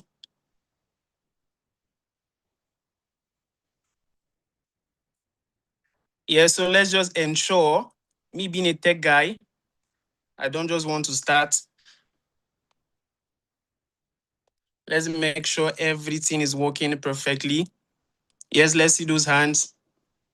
We need to get like 50. I need plenty, very, very plenty emoji. Thank you so much. Thank you so much. Yeah, YouTube is very, very active. Okay, first off, I would like to start by saying this Olushola guy he can talk. Oh, Jesus. My God. Please, if you can relate to this, let's see it in the comment because I need a very, very active sessions. I feel like saying W's in the chat. Let's see those fire emojis. Yes. Thank you. Thank you. Bamigboye. Promise. I see you all. Going back, Access Bank told me this program is supposed to be for women. Oh, well, I'm a man. Yeah, so he kept talking. That's Yolushola. Thank you so much, sir. I don't know if you are still on this, but then I have people screen recording. I'm going to screen record it and I'm going to post it. Yeah. He said, pick up your phone and start recording immediately. Start recording immediately. Say visibility is no longer institution-led, that it is founder-led. He made the example. How many of us are just coming? If you are just coming, you missed a lot. Yeah, I can see those emoji. He's really, really good. He said visibility is no longer institution-led, that it is now founder-led. And then he made the example of the Tony Elumelu and UBA. And I realized, okay, this is actually true. Not a lot of people are following the UBA page. You are following the founder. Damn, these comments are so active. Thank you so much. W's in the chats, please. All right. So I have very, very limited time and I have so much to talk. So let's just be on it immediately. We'll be talking about the technology advantage, closing the growth gap. The first speaker spoke about the finance, how you get money. She even talked about getting loan. Don't play with loan apps. Try as much as possible not to play with loan apps, please. But then she spoke of it from the angle of knowing exactly what you are getting. Instead of just going, you have a land, you just want to go and sell off the land and then just use it for business. Instead, make conscious, wise decisions. And then she kept mentioning Access Bank. So try as much as possible to check, to look out. So today we're talking about the technology advantage. How is technology supposed to work for you as an entrepreneur? Again, I like to say, I don't think this program is just for women. I don't think this program is just for women. Considering how much I've had to put down and how much I've learned already, I do not think it is for women. So for my session, please, if you have notepads, if you have books and pen, please be very, very active with it. Because as a tech creator, one of the things that I do is I share updates, I share apps, I share websites, I share links, I share you tools. I give them to you, especially the ones that are free. So you can have access to them because say now you have the finance backing, and you have the visibility. So the customers, when they start coming, how do you manage those customers? Some of us go to the church, you go to the mosque, and then you pray, oh God, give me 10,000 followers, give me views, give me visibility. You put in the work. Now you have the visibility, you have the product, but then how do you contain these people? How do you attend to them? You are struggling with, let's say, 2 customers every single day, and then now you start having 500 customers. How do you attend to them? Or how do you use technology to get visibility? There are a lot of things that creators will know for themselves, but then they will never share it. They'll keep it to themselves. They have this tool. If they bring it to you, chances are you will know them and still not use them. I make videos and I say, save this video because you are most definitely going to need it. And then I'll come back tomorrow, next tomorrow, I'll find mails and mails. Hi, Mr. Danny Kings. I saw a video of you. You said social website. I want to use it to generate scripts. I want to use it to make AI videos. I have a marketing team that I need you to help them. But I made a video about it and you saw that video and you didn't save it. So this time, try as much as possible, whatsoever it is that we're going over here, try as much as possible to put it down. So maybe I'll share my slide. According to Lushola, maybe I won't. But then the business that will struggle tomorrow are mostly those that are being run the same way yesterday. This simply saying that those things that you used to do back then, if you apply those principles of back then, if you apply those tools you used to use back then in today's business, your company is going to suffer. Whatsoever it is that you're doing, it is going to suffer. I said I come online, I say there's an app, there's a website, there's a tool for almost everything. The problem is just that you do not know it yet. Everybody has WhatsApp, but very few people know how to use WhatsApp. I'm not talking about how to use WhatsApp to chat. Everybody can do that. Your mom has WhatsApp. Your dad has WhatsApp. Your kids has WhatsApp. Your brothers, your sister, they all have WhatsApp. But I'm talking to entrepreneurs. How do I use WhatsApp to my advantage? You hear people saying, okay, you just have to post in your status. You just have to. That's not what I'm talking about. You don't even know AI agent in WhatsApp. Let me go to YouTube. Please, if you've heard of AI agent in WhatsApp, let me see hands. Let me see hands in the chat. AI agents. AI agents. So let me make this bold statement. If you're a business owner and you do not know about WhatsApp AI agent, you are missing out on a lot. And then we're going to talk about it also. So please just put it down, put it in the chat. AI, WhatsApp AI agents. Thank you very much. Now, I'd like to say AI is not only for children and for Gen Z. When most of us, we hear AI, what we think is, AI video, AI pictures. And for some people, it can be very, very annoying. It's just repetitive. It's very, very, this is AI, this AI. That's not the kind of AI I'm talking about. Or maybe that's not all the kind of AI that I'm talking about.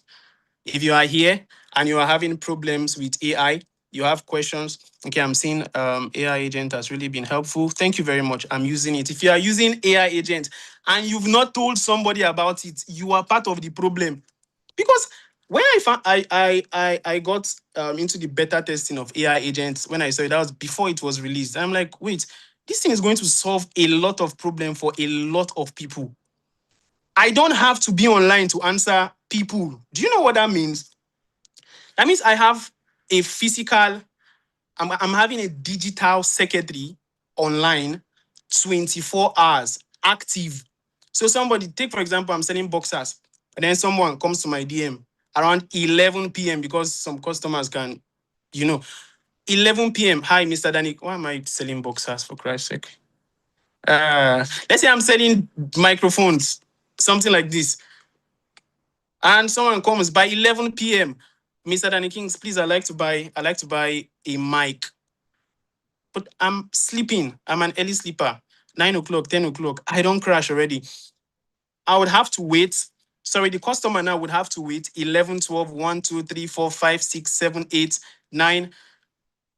Yeah, because I wake up around 9 a.m. To get a response from me. Why? If I message some of you now, the simple fact that you are in this meeting, your WhatsApp won't be able to attend to me. The only thing I'll get is something like, please, we are away. Chat us so time. Why? People trade, people buy, people sell based off impulse. If somebody were to see your ad online, your page online, or just search you up, say you are selling boxers. Yeah, you're selling boxers now online, and then somebody, okay, boxers, latex, stretchable boxers, and then they search it up. And then it sends them, let's say from your TikTok to your WhatsApp, and then they send you a mail. Do you understand that the next 1 hour, I may not be in need of that particular thing again? And that's what WhatsApp agent is supposed to do. That WhatsApp agent has the capacity of asking your customer, what kind of boxers are you looking for? And when they give you a response, it will check your catalog for the color, the size, basically to have full-on conversation with the person that is reaching out to you and will be able to give value, be able to help you convert. Let's put a pause on that. Further now, come and say, your time are finished. Yeah, so I was saying that WhatsApp is not for children, WhatsApp is not for Gen Z.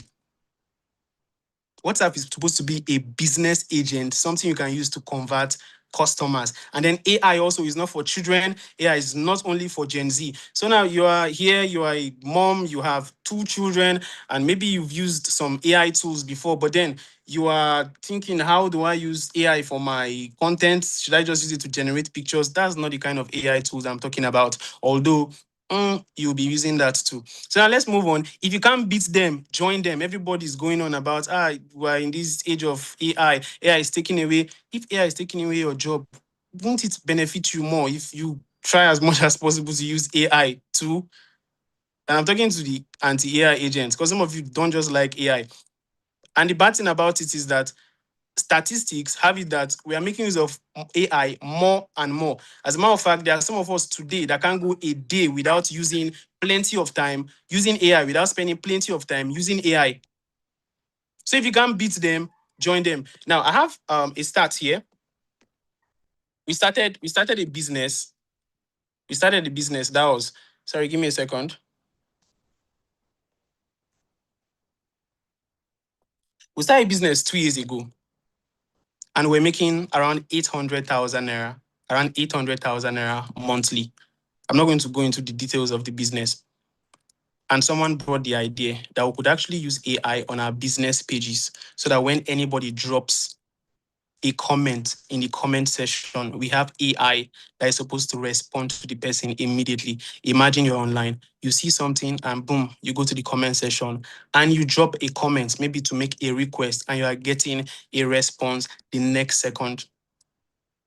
And you are checking your DM, you are seeing more information about that particular product. And they are requesting for your WhatsApp number to proceed so that you'll be able to make payment and all. And then you are dropping it, you are receiving a notification on your WhatsApp. That business went from 800,000 to over 5 million naira monthly.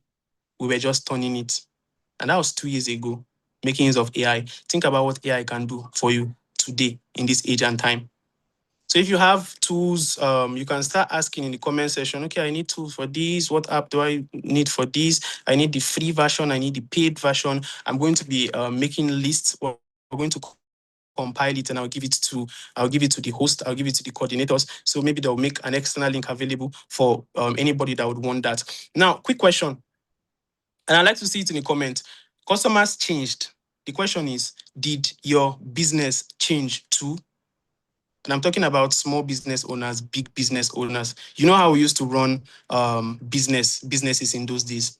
Before you tell somebody, ask a friend. You ask a friend for recommendation. Now you don't need to ask anybody. You're in your bedroom and then you have an idea.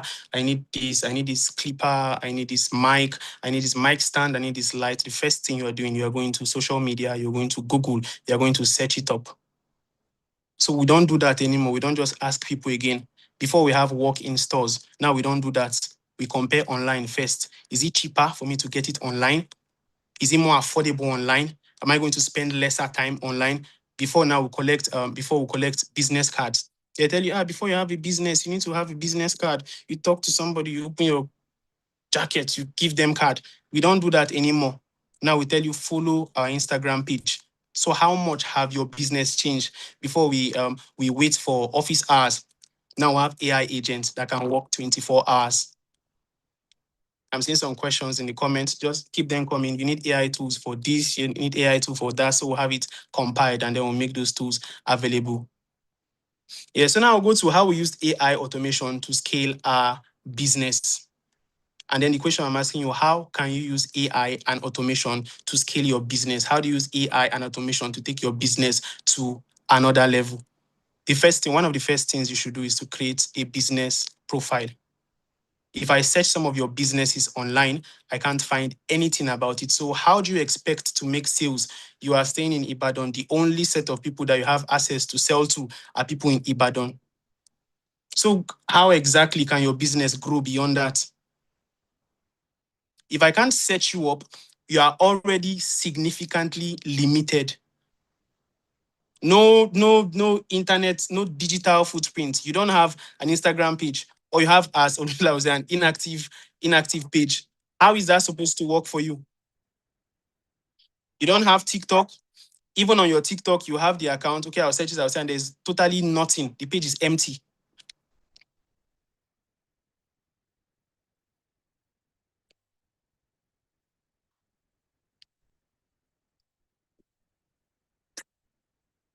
Thank you. WhatsApp AI agent, WhatsApp AI agent. Thank God I'm here this evening. I'm exceptionally grateful to Access Bank for this opportunity. Yeah, let's thank Access Bank for this opportunity. So I need to see the AI agents that you need. Now imagine that your business is working even when you are not around, even when you are not available. That's what the AI agent is supposed to do. If you are still spending time, spending 2 hours, spending 3 hours on top of your phone trying to manage customers, they'll come, they'll tell you, okay, yes, I need size this. Do you have it available? You are not supposed to be doing that in this age and time. I received plenty of comments. I received plenty of mails. I received plenty of requests, especially from parents, fathers and mothers. But then the moment they are talking about AI, they would never request for assistance for themselves. They always ask for my children. Please, how do I get something for my children? Please, can you put my children through? It can be anything. They can make requests for themselves, but when it comes to technology and AI, they would never request it for themselves. It is always for the children. Why? And that's because of the what is it called? That's because of their perspective towards AI, how they find AI and how they find tech. They find it as something that is complex. 5 years ago, 10 years ago, if you wanted to build a website, you just go, you start learning Python, programming, and all of that. You need to get all of those intact, and then they see you as this hacker, a coder, and all of that. Today, you can use one AI tool to type, I need a website for this. Create a restaurant website for me. Create a landing page just with one prompt. So tech and AI is no longer how it used to be. It has changed. All you need to know is how to press those buttons, press simple buttons, and you start getting immediate results with your AI. So if I were to ask you if I had 5 AI tools that I wanted to give to you, somebody is saying, please, what AI tool can we use to extract our bookkeeping from account statements? That's what I'm talking about. Some of you won't even have an idea that websites, apps, and tools like this actually exist. So how do you use AI to move your business to the next level? Somebody say, I observed that AI agent in WhatsApp is not activated for every WhatsApp user. Please, do you have a way around it? Yes, we have a way around it. And we're going to be compiling step-by-step process on how to have it available. And the fun part about it is that it's not paid for, it's free. It is for free. You can have access to it. So I'd like to know, what problems are you having? Let's see them in the chat. What problems are you having concerning your business? What problems have you been having with AI? What problems have you been having with technology that you find, okay, this thing is too complicated, because you can't really upscale your business from wheresoever, from where it is to where you want it to be without actually making use of technological tools. Since your clients, since your customers, since your people, even some of your children, the youths, and everybody are making use of AI, you would most definitely be left behind if you are not making use of the required tools to push your business somewhere. Your business will always and continuously remain in that particular locality if you are not making use of what the new people are making use of, the Gen Zs. I'm happy I'm not a Gen Z. But then AI is now available for everybody. So let's see those tools.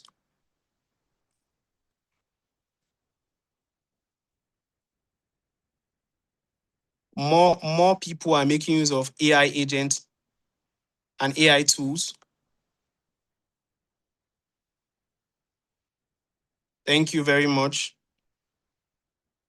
So if I were to give you advantages of making use of AI tools is that, number one, the first thing AI is supposed to do for you is to make your workload easier. Imagine having 10 people working under you, but then you don't have to pay them. And that's why we have free tools. 10 people working under you. The first time I got 100,000 followers, and that was years ago, it came as a shock to me. So how do I give 100,000 people following me for ideas and tips about the internet? And I was making small content. Okay, let me show you how to do this. Let me show. And one video went viral, over 500,000 views. 500,000 views from somebody that used to get 200 views, 300 views. And then all of a sudden, I'm seeing 600,000 views. And that's when I discovered ChatGPT. Jesus Christ of Nazareth. So I would make a single content, and ask AI. The major things is the prompt. It's not really the you are going about. You are spending 5 hours trying to make content for your business.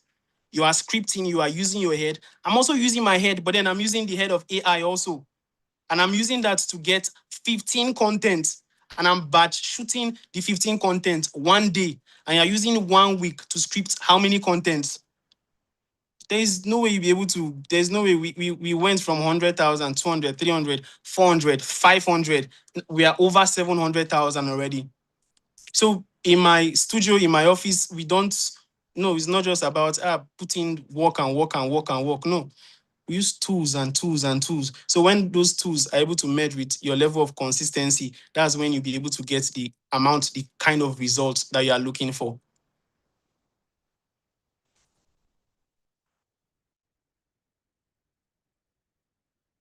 Someone say, please, we need more prompts and apps to build with. So I have a question. Why is WhatsApp getting users restricted once they feel you are having a boost and they think it's automation? That's the thing. When we're talking about algorithms, when we're talking about system, when we're talking about technology, you firsthand have to understand, okay, what is this tech about? How does the algorithm work? And I'm talking about social media in that case, but when we go into WhatsApp, how does the system work? There are certain ads you run on your page, and the moment clients start coming, WhatsApp is going to ban your account. If you've experienced that before, let's see hands in the comments. So imagine you've paid micro influencers, you've paid big influencers to promote your stuff. You've given them your WhatsApp number. Say, okay, let's put this number, put this particular number so that people can reach out to me on WhatsApp, or put this particular link so that the moment anybody will click on the link, they'll send it to WhatsApp, and then people start coming. And then WhatsApp bans the account. And that's because you don't understand the technology behind it. You don't understand how that system is supposed to work. And that brings us to how to make use of technology and AI to advance our business as entrepreneurs.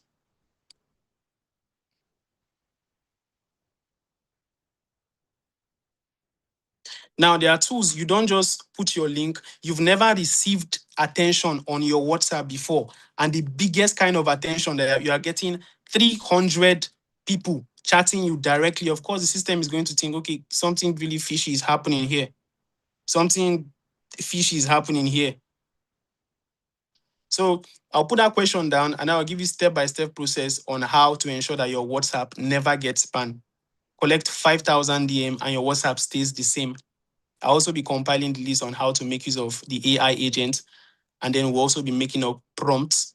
I'll be sending you my premium prompt on how to get all your content ready, on how to shoot, on how to upscale in that particular business that you've been trying and trying and trying. They say if you are trying, you follow who know road. They will show you road. And I promise you, in the next 5 years, in the next 10 years, if you do not know AI, if you don't know how to make use of technology, we are going to leave you behind. We are going to leave you so much behind. So let's see in the comments, what's your favorite AI tool? What's your favorite automation tool? What tool can your business not go a day without? Let's see them in the comments. How many of us are familiar with AI tools?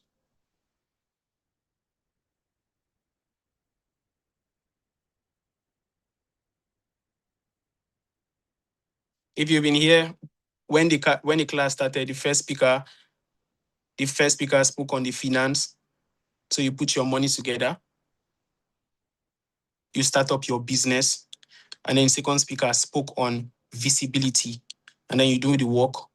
You put plenty of work, plenty of energy, exposure, and all of that, and then you get the visibility, and then you join AI.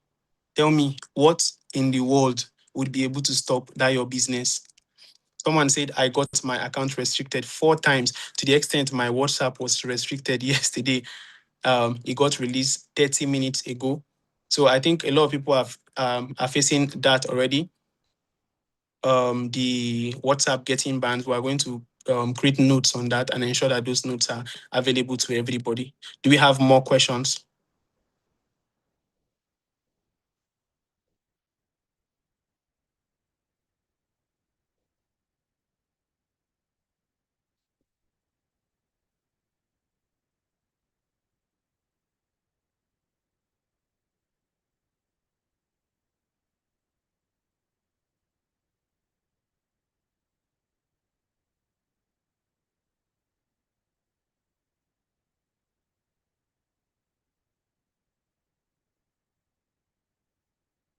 All right.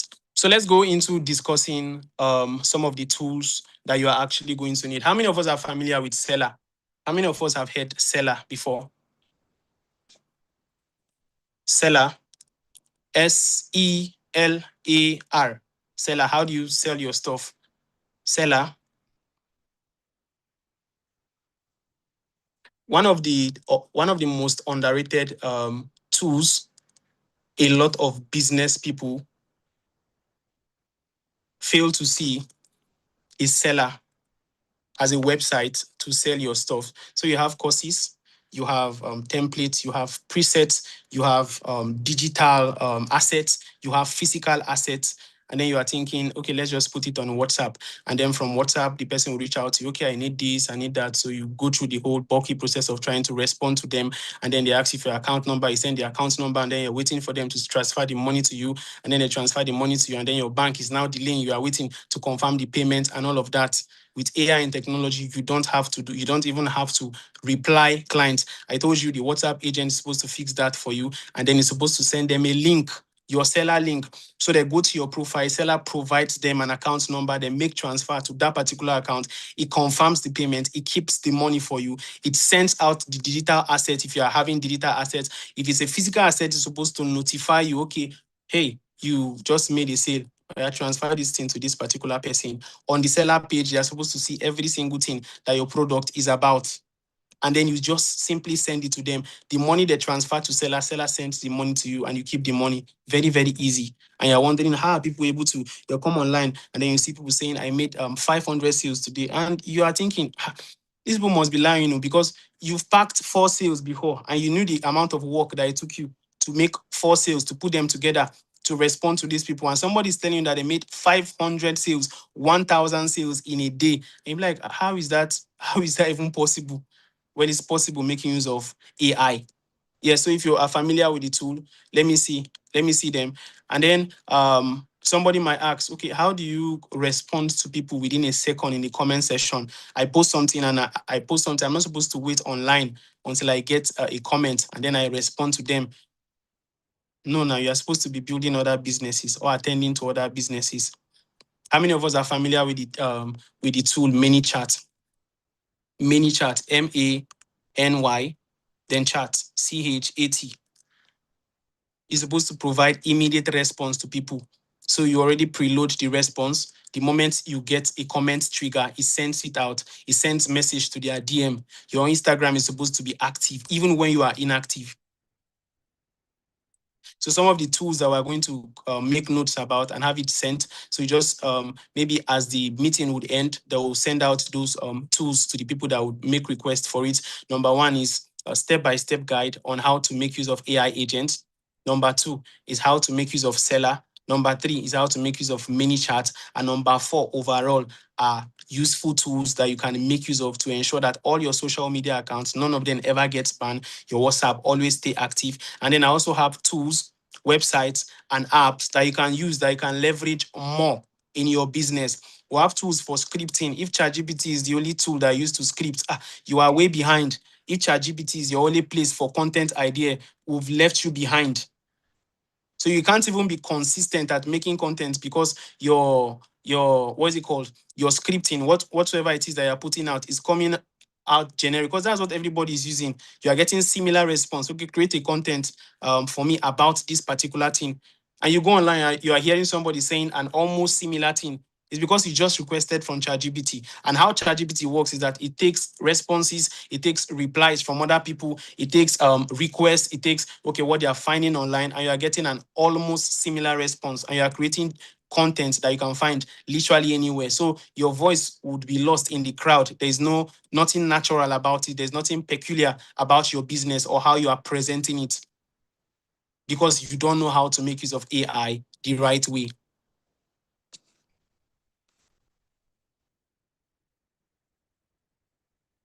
You say I'm familiar with it, I know Seller, I have products on it, and other AI tools that help manage customers across social media platforms. Again, I'm going to say, somebody said they use Google Gemini. I'm going to say, if you are going on and you have customers on Instagram, you have customers on Facebook, you have customers on TikTok, you have customers on WhatsApp, there is an AI tool that can help you pull all those customers together.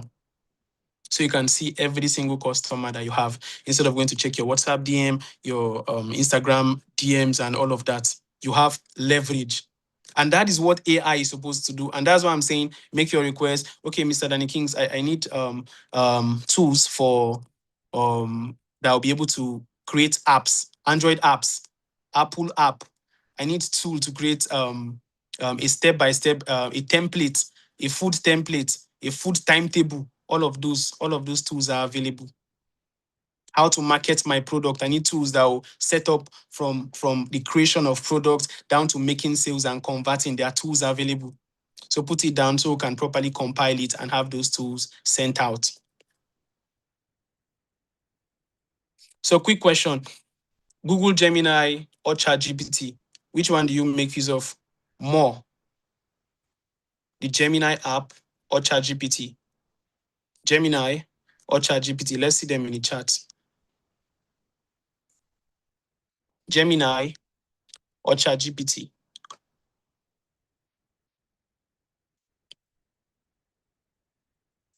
I'm sure all of you say ChatGPT. In the age of ChatGPT, you don't even make use of Google again. You just go straight and type this in ChatGPT.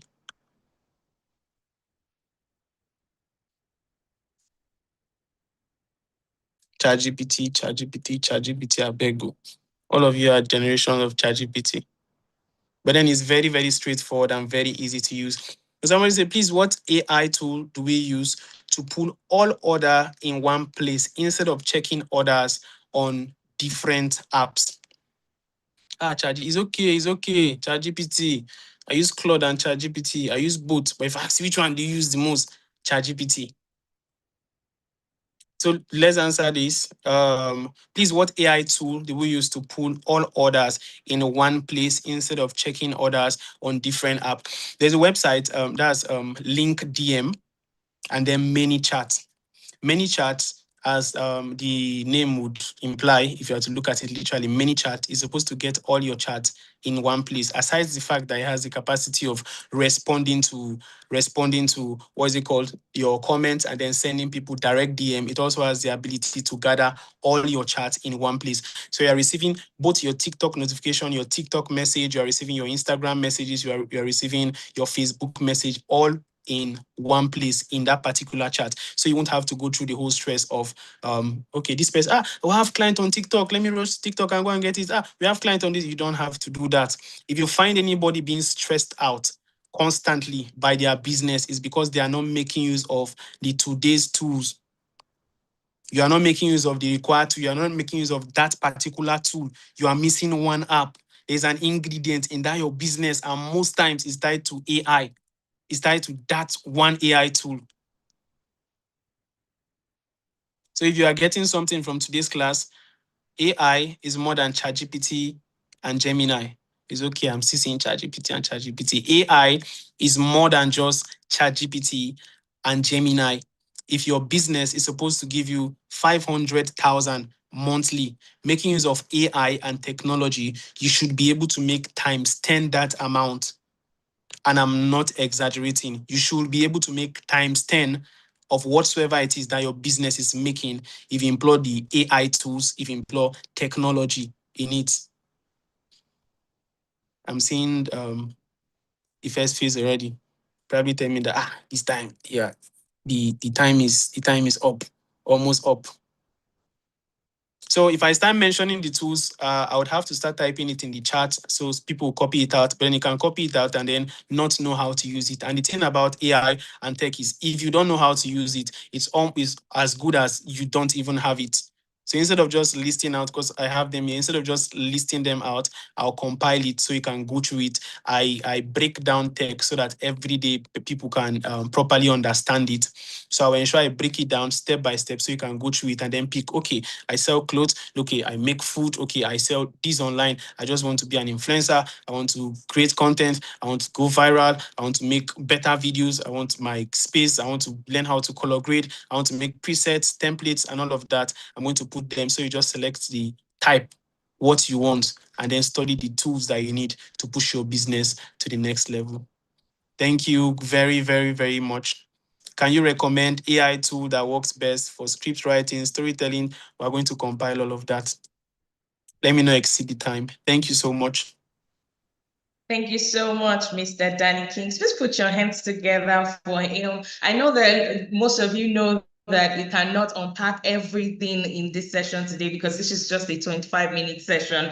And so please make sure that you fill the feedback form so that we have your email addresses and we can deploy every of the tools that he shares with us with you so that you can use them for your business. I'm sure that the link is being dropped in the comment section right now. So please ensure that you fill the feedback form so that we have your email addresses and we can send them to you. Thank you once again, Mr. Danny Kings. I think it's been a very so much wonderful session with you. And he addressed a lot of questions. So I'm not sure that we're going to be taking any other thing because I think you took your time to really engage with the audience and answer their questions. Thank you so much. Please put your hands together for him. I think we can all agree that today's session has shown us that sustainable business growth is not a one advantage thing. It cannot be just visibility. It cannot be just finance. It cannot be just technology. It has to come together.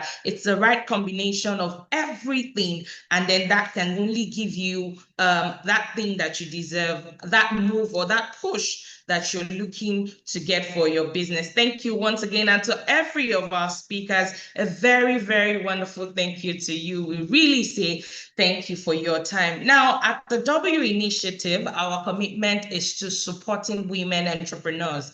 And it does not end with just today's webinar. We remain committed to providing access to knowledge, to network, to opportunities, and to financial solutions that help women start their businesses, grow their businesses, and also scale their businesses. Now, to share more about how the W Initiative continues to empower women through our various offerings, please welcome the team lead of the Women in Business segment at Access Bank, Olubusola Faraway. Hi, Busola, good evening, and thank you so much for joining us.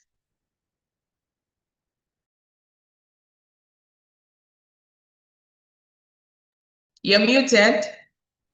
Good evening, everyone. Good evening. Thank you so much, everyone. Thank you, everybody, for joining and for staying this long.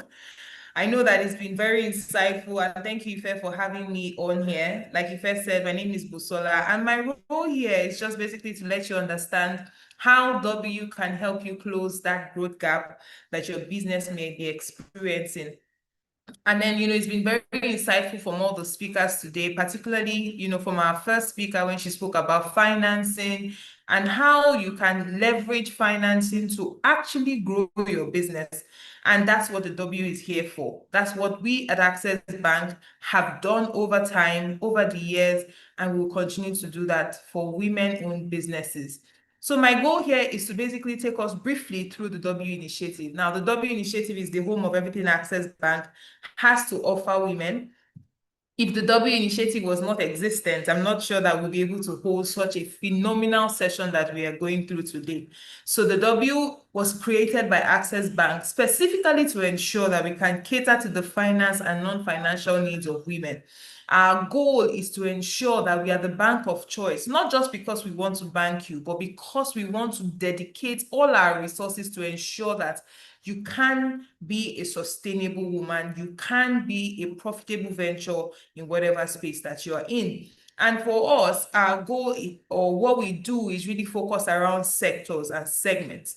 And we've been able to achieve our objectives as a bank, focusing on the key needs and the key, requirements that women within the sectors, have. We have the W business, which is, of course, a segment that we are really focusing with the W business masterclass. We have the W young professionals, W and family, the millennials and the Gen Z. A lot of our speakers today have used, the millennial and the Gen Z word because this is a segment that is critical in the space and in the age that we are in right now.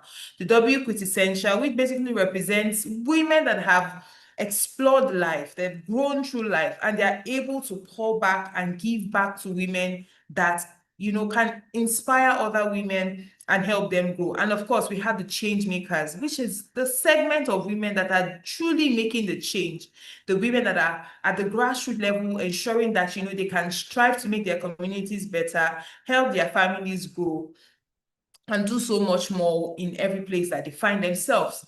Now, we do this and we cater to the segments using our products and our propositions. We have 4 key pillars that our propositions and our products covers: our access to finance, access to capacity building, access to networks, and access to market. Our access to capacity building gives women, this kind of platform to be able to explore and learn. We have programs like the Womenpreneur Pitchathon program that helps women gain an MBA. We have business clinics. We even have grassroots engagement programs that gives women the opportunity to be able to learn on and gain insights and skills that will help them improve as community developers. You have the access to finance. Now, when the training was going on, I saw a lot of comments in the chat box where people were saying, oh, finance is a challenge. I've applied, I'm not able to access it. And I know that our speaker today has done justice to helping you understand the rudiments of getting the finance and how to be financially ready. The W Power Loan is our focus segment product, giving women access to discounted pricing, discounted loans for things like vehicles, home purchase. And we also have one we call the health loan, which is our baby making product. We call it the baby making product because this is one product that helps families that are on the quest of ensuring that they are a complete home. They want to go through procedures like fertility treatments, natal support procedures, things that basically revolves around a woman's health. Now, speaking specifically to the business loans, the W Power Loan is a product that gives women access to finance for funding, to fund things like working capital, asset finance. You want to buy a machine, you want to buy a vehicle for your business, you want to, get your logistics right in your business, in your business operations. You want to improve your electricity processes. So you need to go solar, you need to go green. The W Power Loan is able to fund that part. Now, you also want to fund your purchase of a home or a property for your business. Maybe you want to establish your business in a new location. The W Power Loan can also give you that access to the finance. Now, one of the very special things that we recently did under the W Power Loan is that we're able to review the product and enhance it so it is more accessible. So with that said, every female business that qualifies for the W Power Loan and has been able to put her books and is financially ready in line with some of the things that we've learned from our first speaker, you can access up to 10 million without a collateral. Now, yes, I said without a collateral. So, a lot of women have said, I have to apply for a loan, but I don't have the right collateral, Access Bank is able to fund your business without you providing a physical collateral or even any collateral at all, as long as you're within the certain sectors that we're financing. So things like fashion, trading, beauty and wellness, sectors that you typically find women trading in, and sectors that have a very steady cash flow. I've spoken about the vehicle loan. And the interesting thing about our vehicle financing is that you can either purchase a brand new or a pre-owned vehicle, and you can spread your repayment over 36 to 48 months, as the case would be. For home finance or for property finance, you can take as much as 2 billion, where you're able to repay over a longer period and over a longer tenure for yourself. And like I said, the solar finance gives you access to green energy, gives you access to finance, solar panels, solar systems, inverters and batteries for your business. I've spoken about the health loan, but one of the major things I want to say is the fact that with the health loan, you can take up to 10 million naira to cover certain health procedures, such as the maternal health support, which covers fertility treatments, natal support, pediatric care, as well as a few specialized procedures like bariatric treatment, dental treatment, and the likes. Our goal on this product is just totally to ensure that a woman's health is completely covered on all fronts. We also have things like the medical emergency support, as well as our cancer support. And another spectacular aspect of this product is that not just a woman can apply. A man can apply for his wife, a woman can apply, a sister can apply for her sister, or a mother can apply for a daughter. We know and we understand the peculiarities of the health-related challenges, which is why we have made it as flexible as possible. One other thing that the W also provides is what we call the W Academy, like I said earlier, which gives you an array to a number of programs, a number of sessions, just ensuring that we can make our women well equipped and ready to get and to grow for their next level. I would also like to mention that we have what we call the W debit card, which is a signature card for all female Access Bank customer. So if you are a W card carrying member, this is a card that gives you access to a number of our options, a variety of our products. You get access to certain discounts from our discount partners, and it gives you opportunities to be able to, get offers. For instance, we recently concluded where we gave professionals a discount to run certain certifications.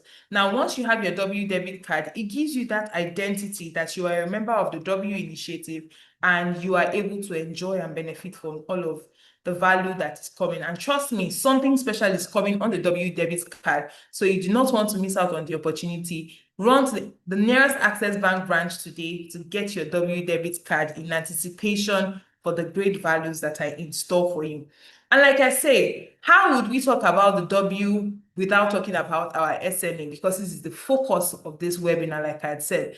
Access Bank is not just focused on women. We have a full desk that caters to our SME offers, where we are able to provide things like bespoke business accounts. So I saw in the chat as well, when our first speaker was speaking, that, business accounts are too expensive, there's a lot of charge.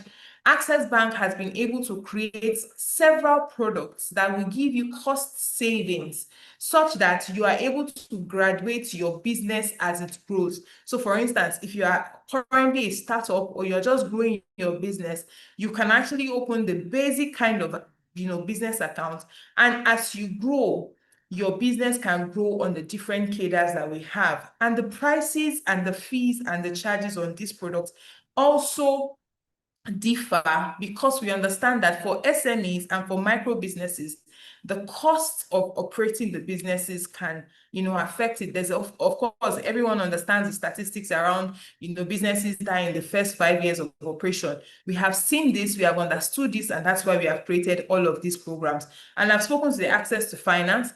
Other things that we have is what we call our beyond banking, where we have business webinars, business clinics, SME Digest radio show where we are able to, go on air, go on the radio and give you special nuggets at no cost on the radio. So every Tuesday, tune in to 97.3 to listen to all that we have in store for you from our SME Digest radio show. And one of the latest additions to our SME offer is what we call the SME app. This is an application that is going to help businesses, consolidate all their propositions, consolidate everything that you have. Once you download this app, you are able to, profile yourself, get access to tools that will help you manage your books, get access to tools that will help you drive publicity. A whole lot is in store. Don't let me say so much. Just go to your app store, go to your Google Play Store and search for the Access Bank SME app, and you're able to get all the information that you have. And note that you have to be a member of the Access or a subscriber to the Access More platform for you to be able to get onto the SME app. In conclusion, stay with us, stay connected with W, because trust me, I can't say it all. If you are not with W, you are definitely missing out. Follow us across all social media platforms on Facebook, Instagram, and X, Twitter, which is now X, to get all that we have in store for you. If you haven't subscribed to our YouTube channel, you're not doing yourself a favor, because you're going to miss out on all the offers that we have for you as a business entrepreneur and as an individual. So follow and subscribe and click the notification button to know when we go live on all our sessions. And for inquiries, comments, and requests, please reach out to us at wcares@accessbank.com, and we will be glad to attend to your questions. Thank you so much, and I do hope that this session has been very helpful and insightful for everyone that has joined today. Thank you, Ifeoluwa, and I will hand over the virtual lectern to you. Thank you so much, Busola. She is the team lead for the Women in Business segment at Access Bank. Thank you so much for, taking us through the exciting opportunities that are available for every business owner through the W initiative. Now, as we've heard today, building a successful business requires more than just a great idea. It requires the right knowledge, it requires the right support system, and it requires the willingness to keep learning and adapting. And that is exactly what the W initiative is committed to providing through access to finance, capacity building, strategic partnership, networking opportunities, and a thriving community of women who are committed to growth, just like Olubusola has rightly said. Please make sure to fill the feedback form. If you do not fill the feedback form, we won't have your email addresses and we may not be able to send you the resources that Mr. Daniking promised. So please ensure that you fill the feedback form correctly with your correct email and your correct details so that you can get that information. Now, to everyone who joined us today, thank you so much for investing your time in your business and in your future. Now, we hope that as you leave this session, you're leaving inspired and equipped with practical strategies that will strengthen your financial readiness, increase your visibility, and also help you to leverage technology to grow and scale your business. Let me also still encourage us to follow us across our social media platforms, Instagram, Facebook, and X at the W Community.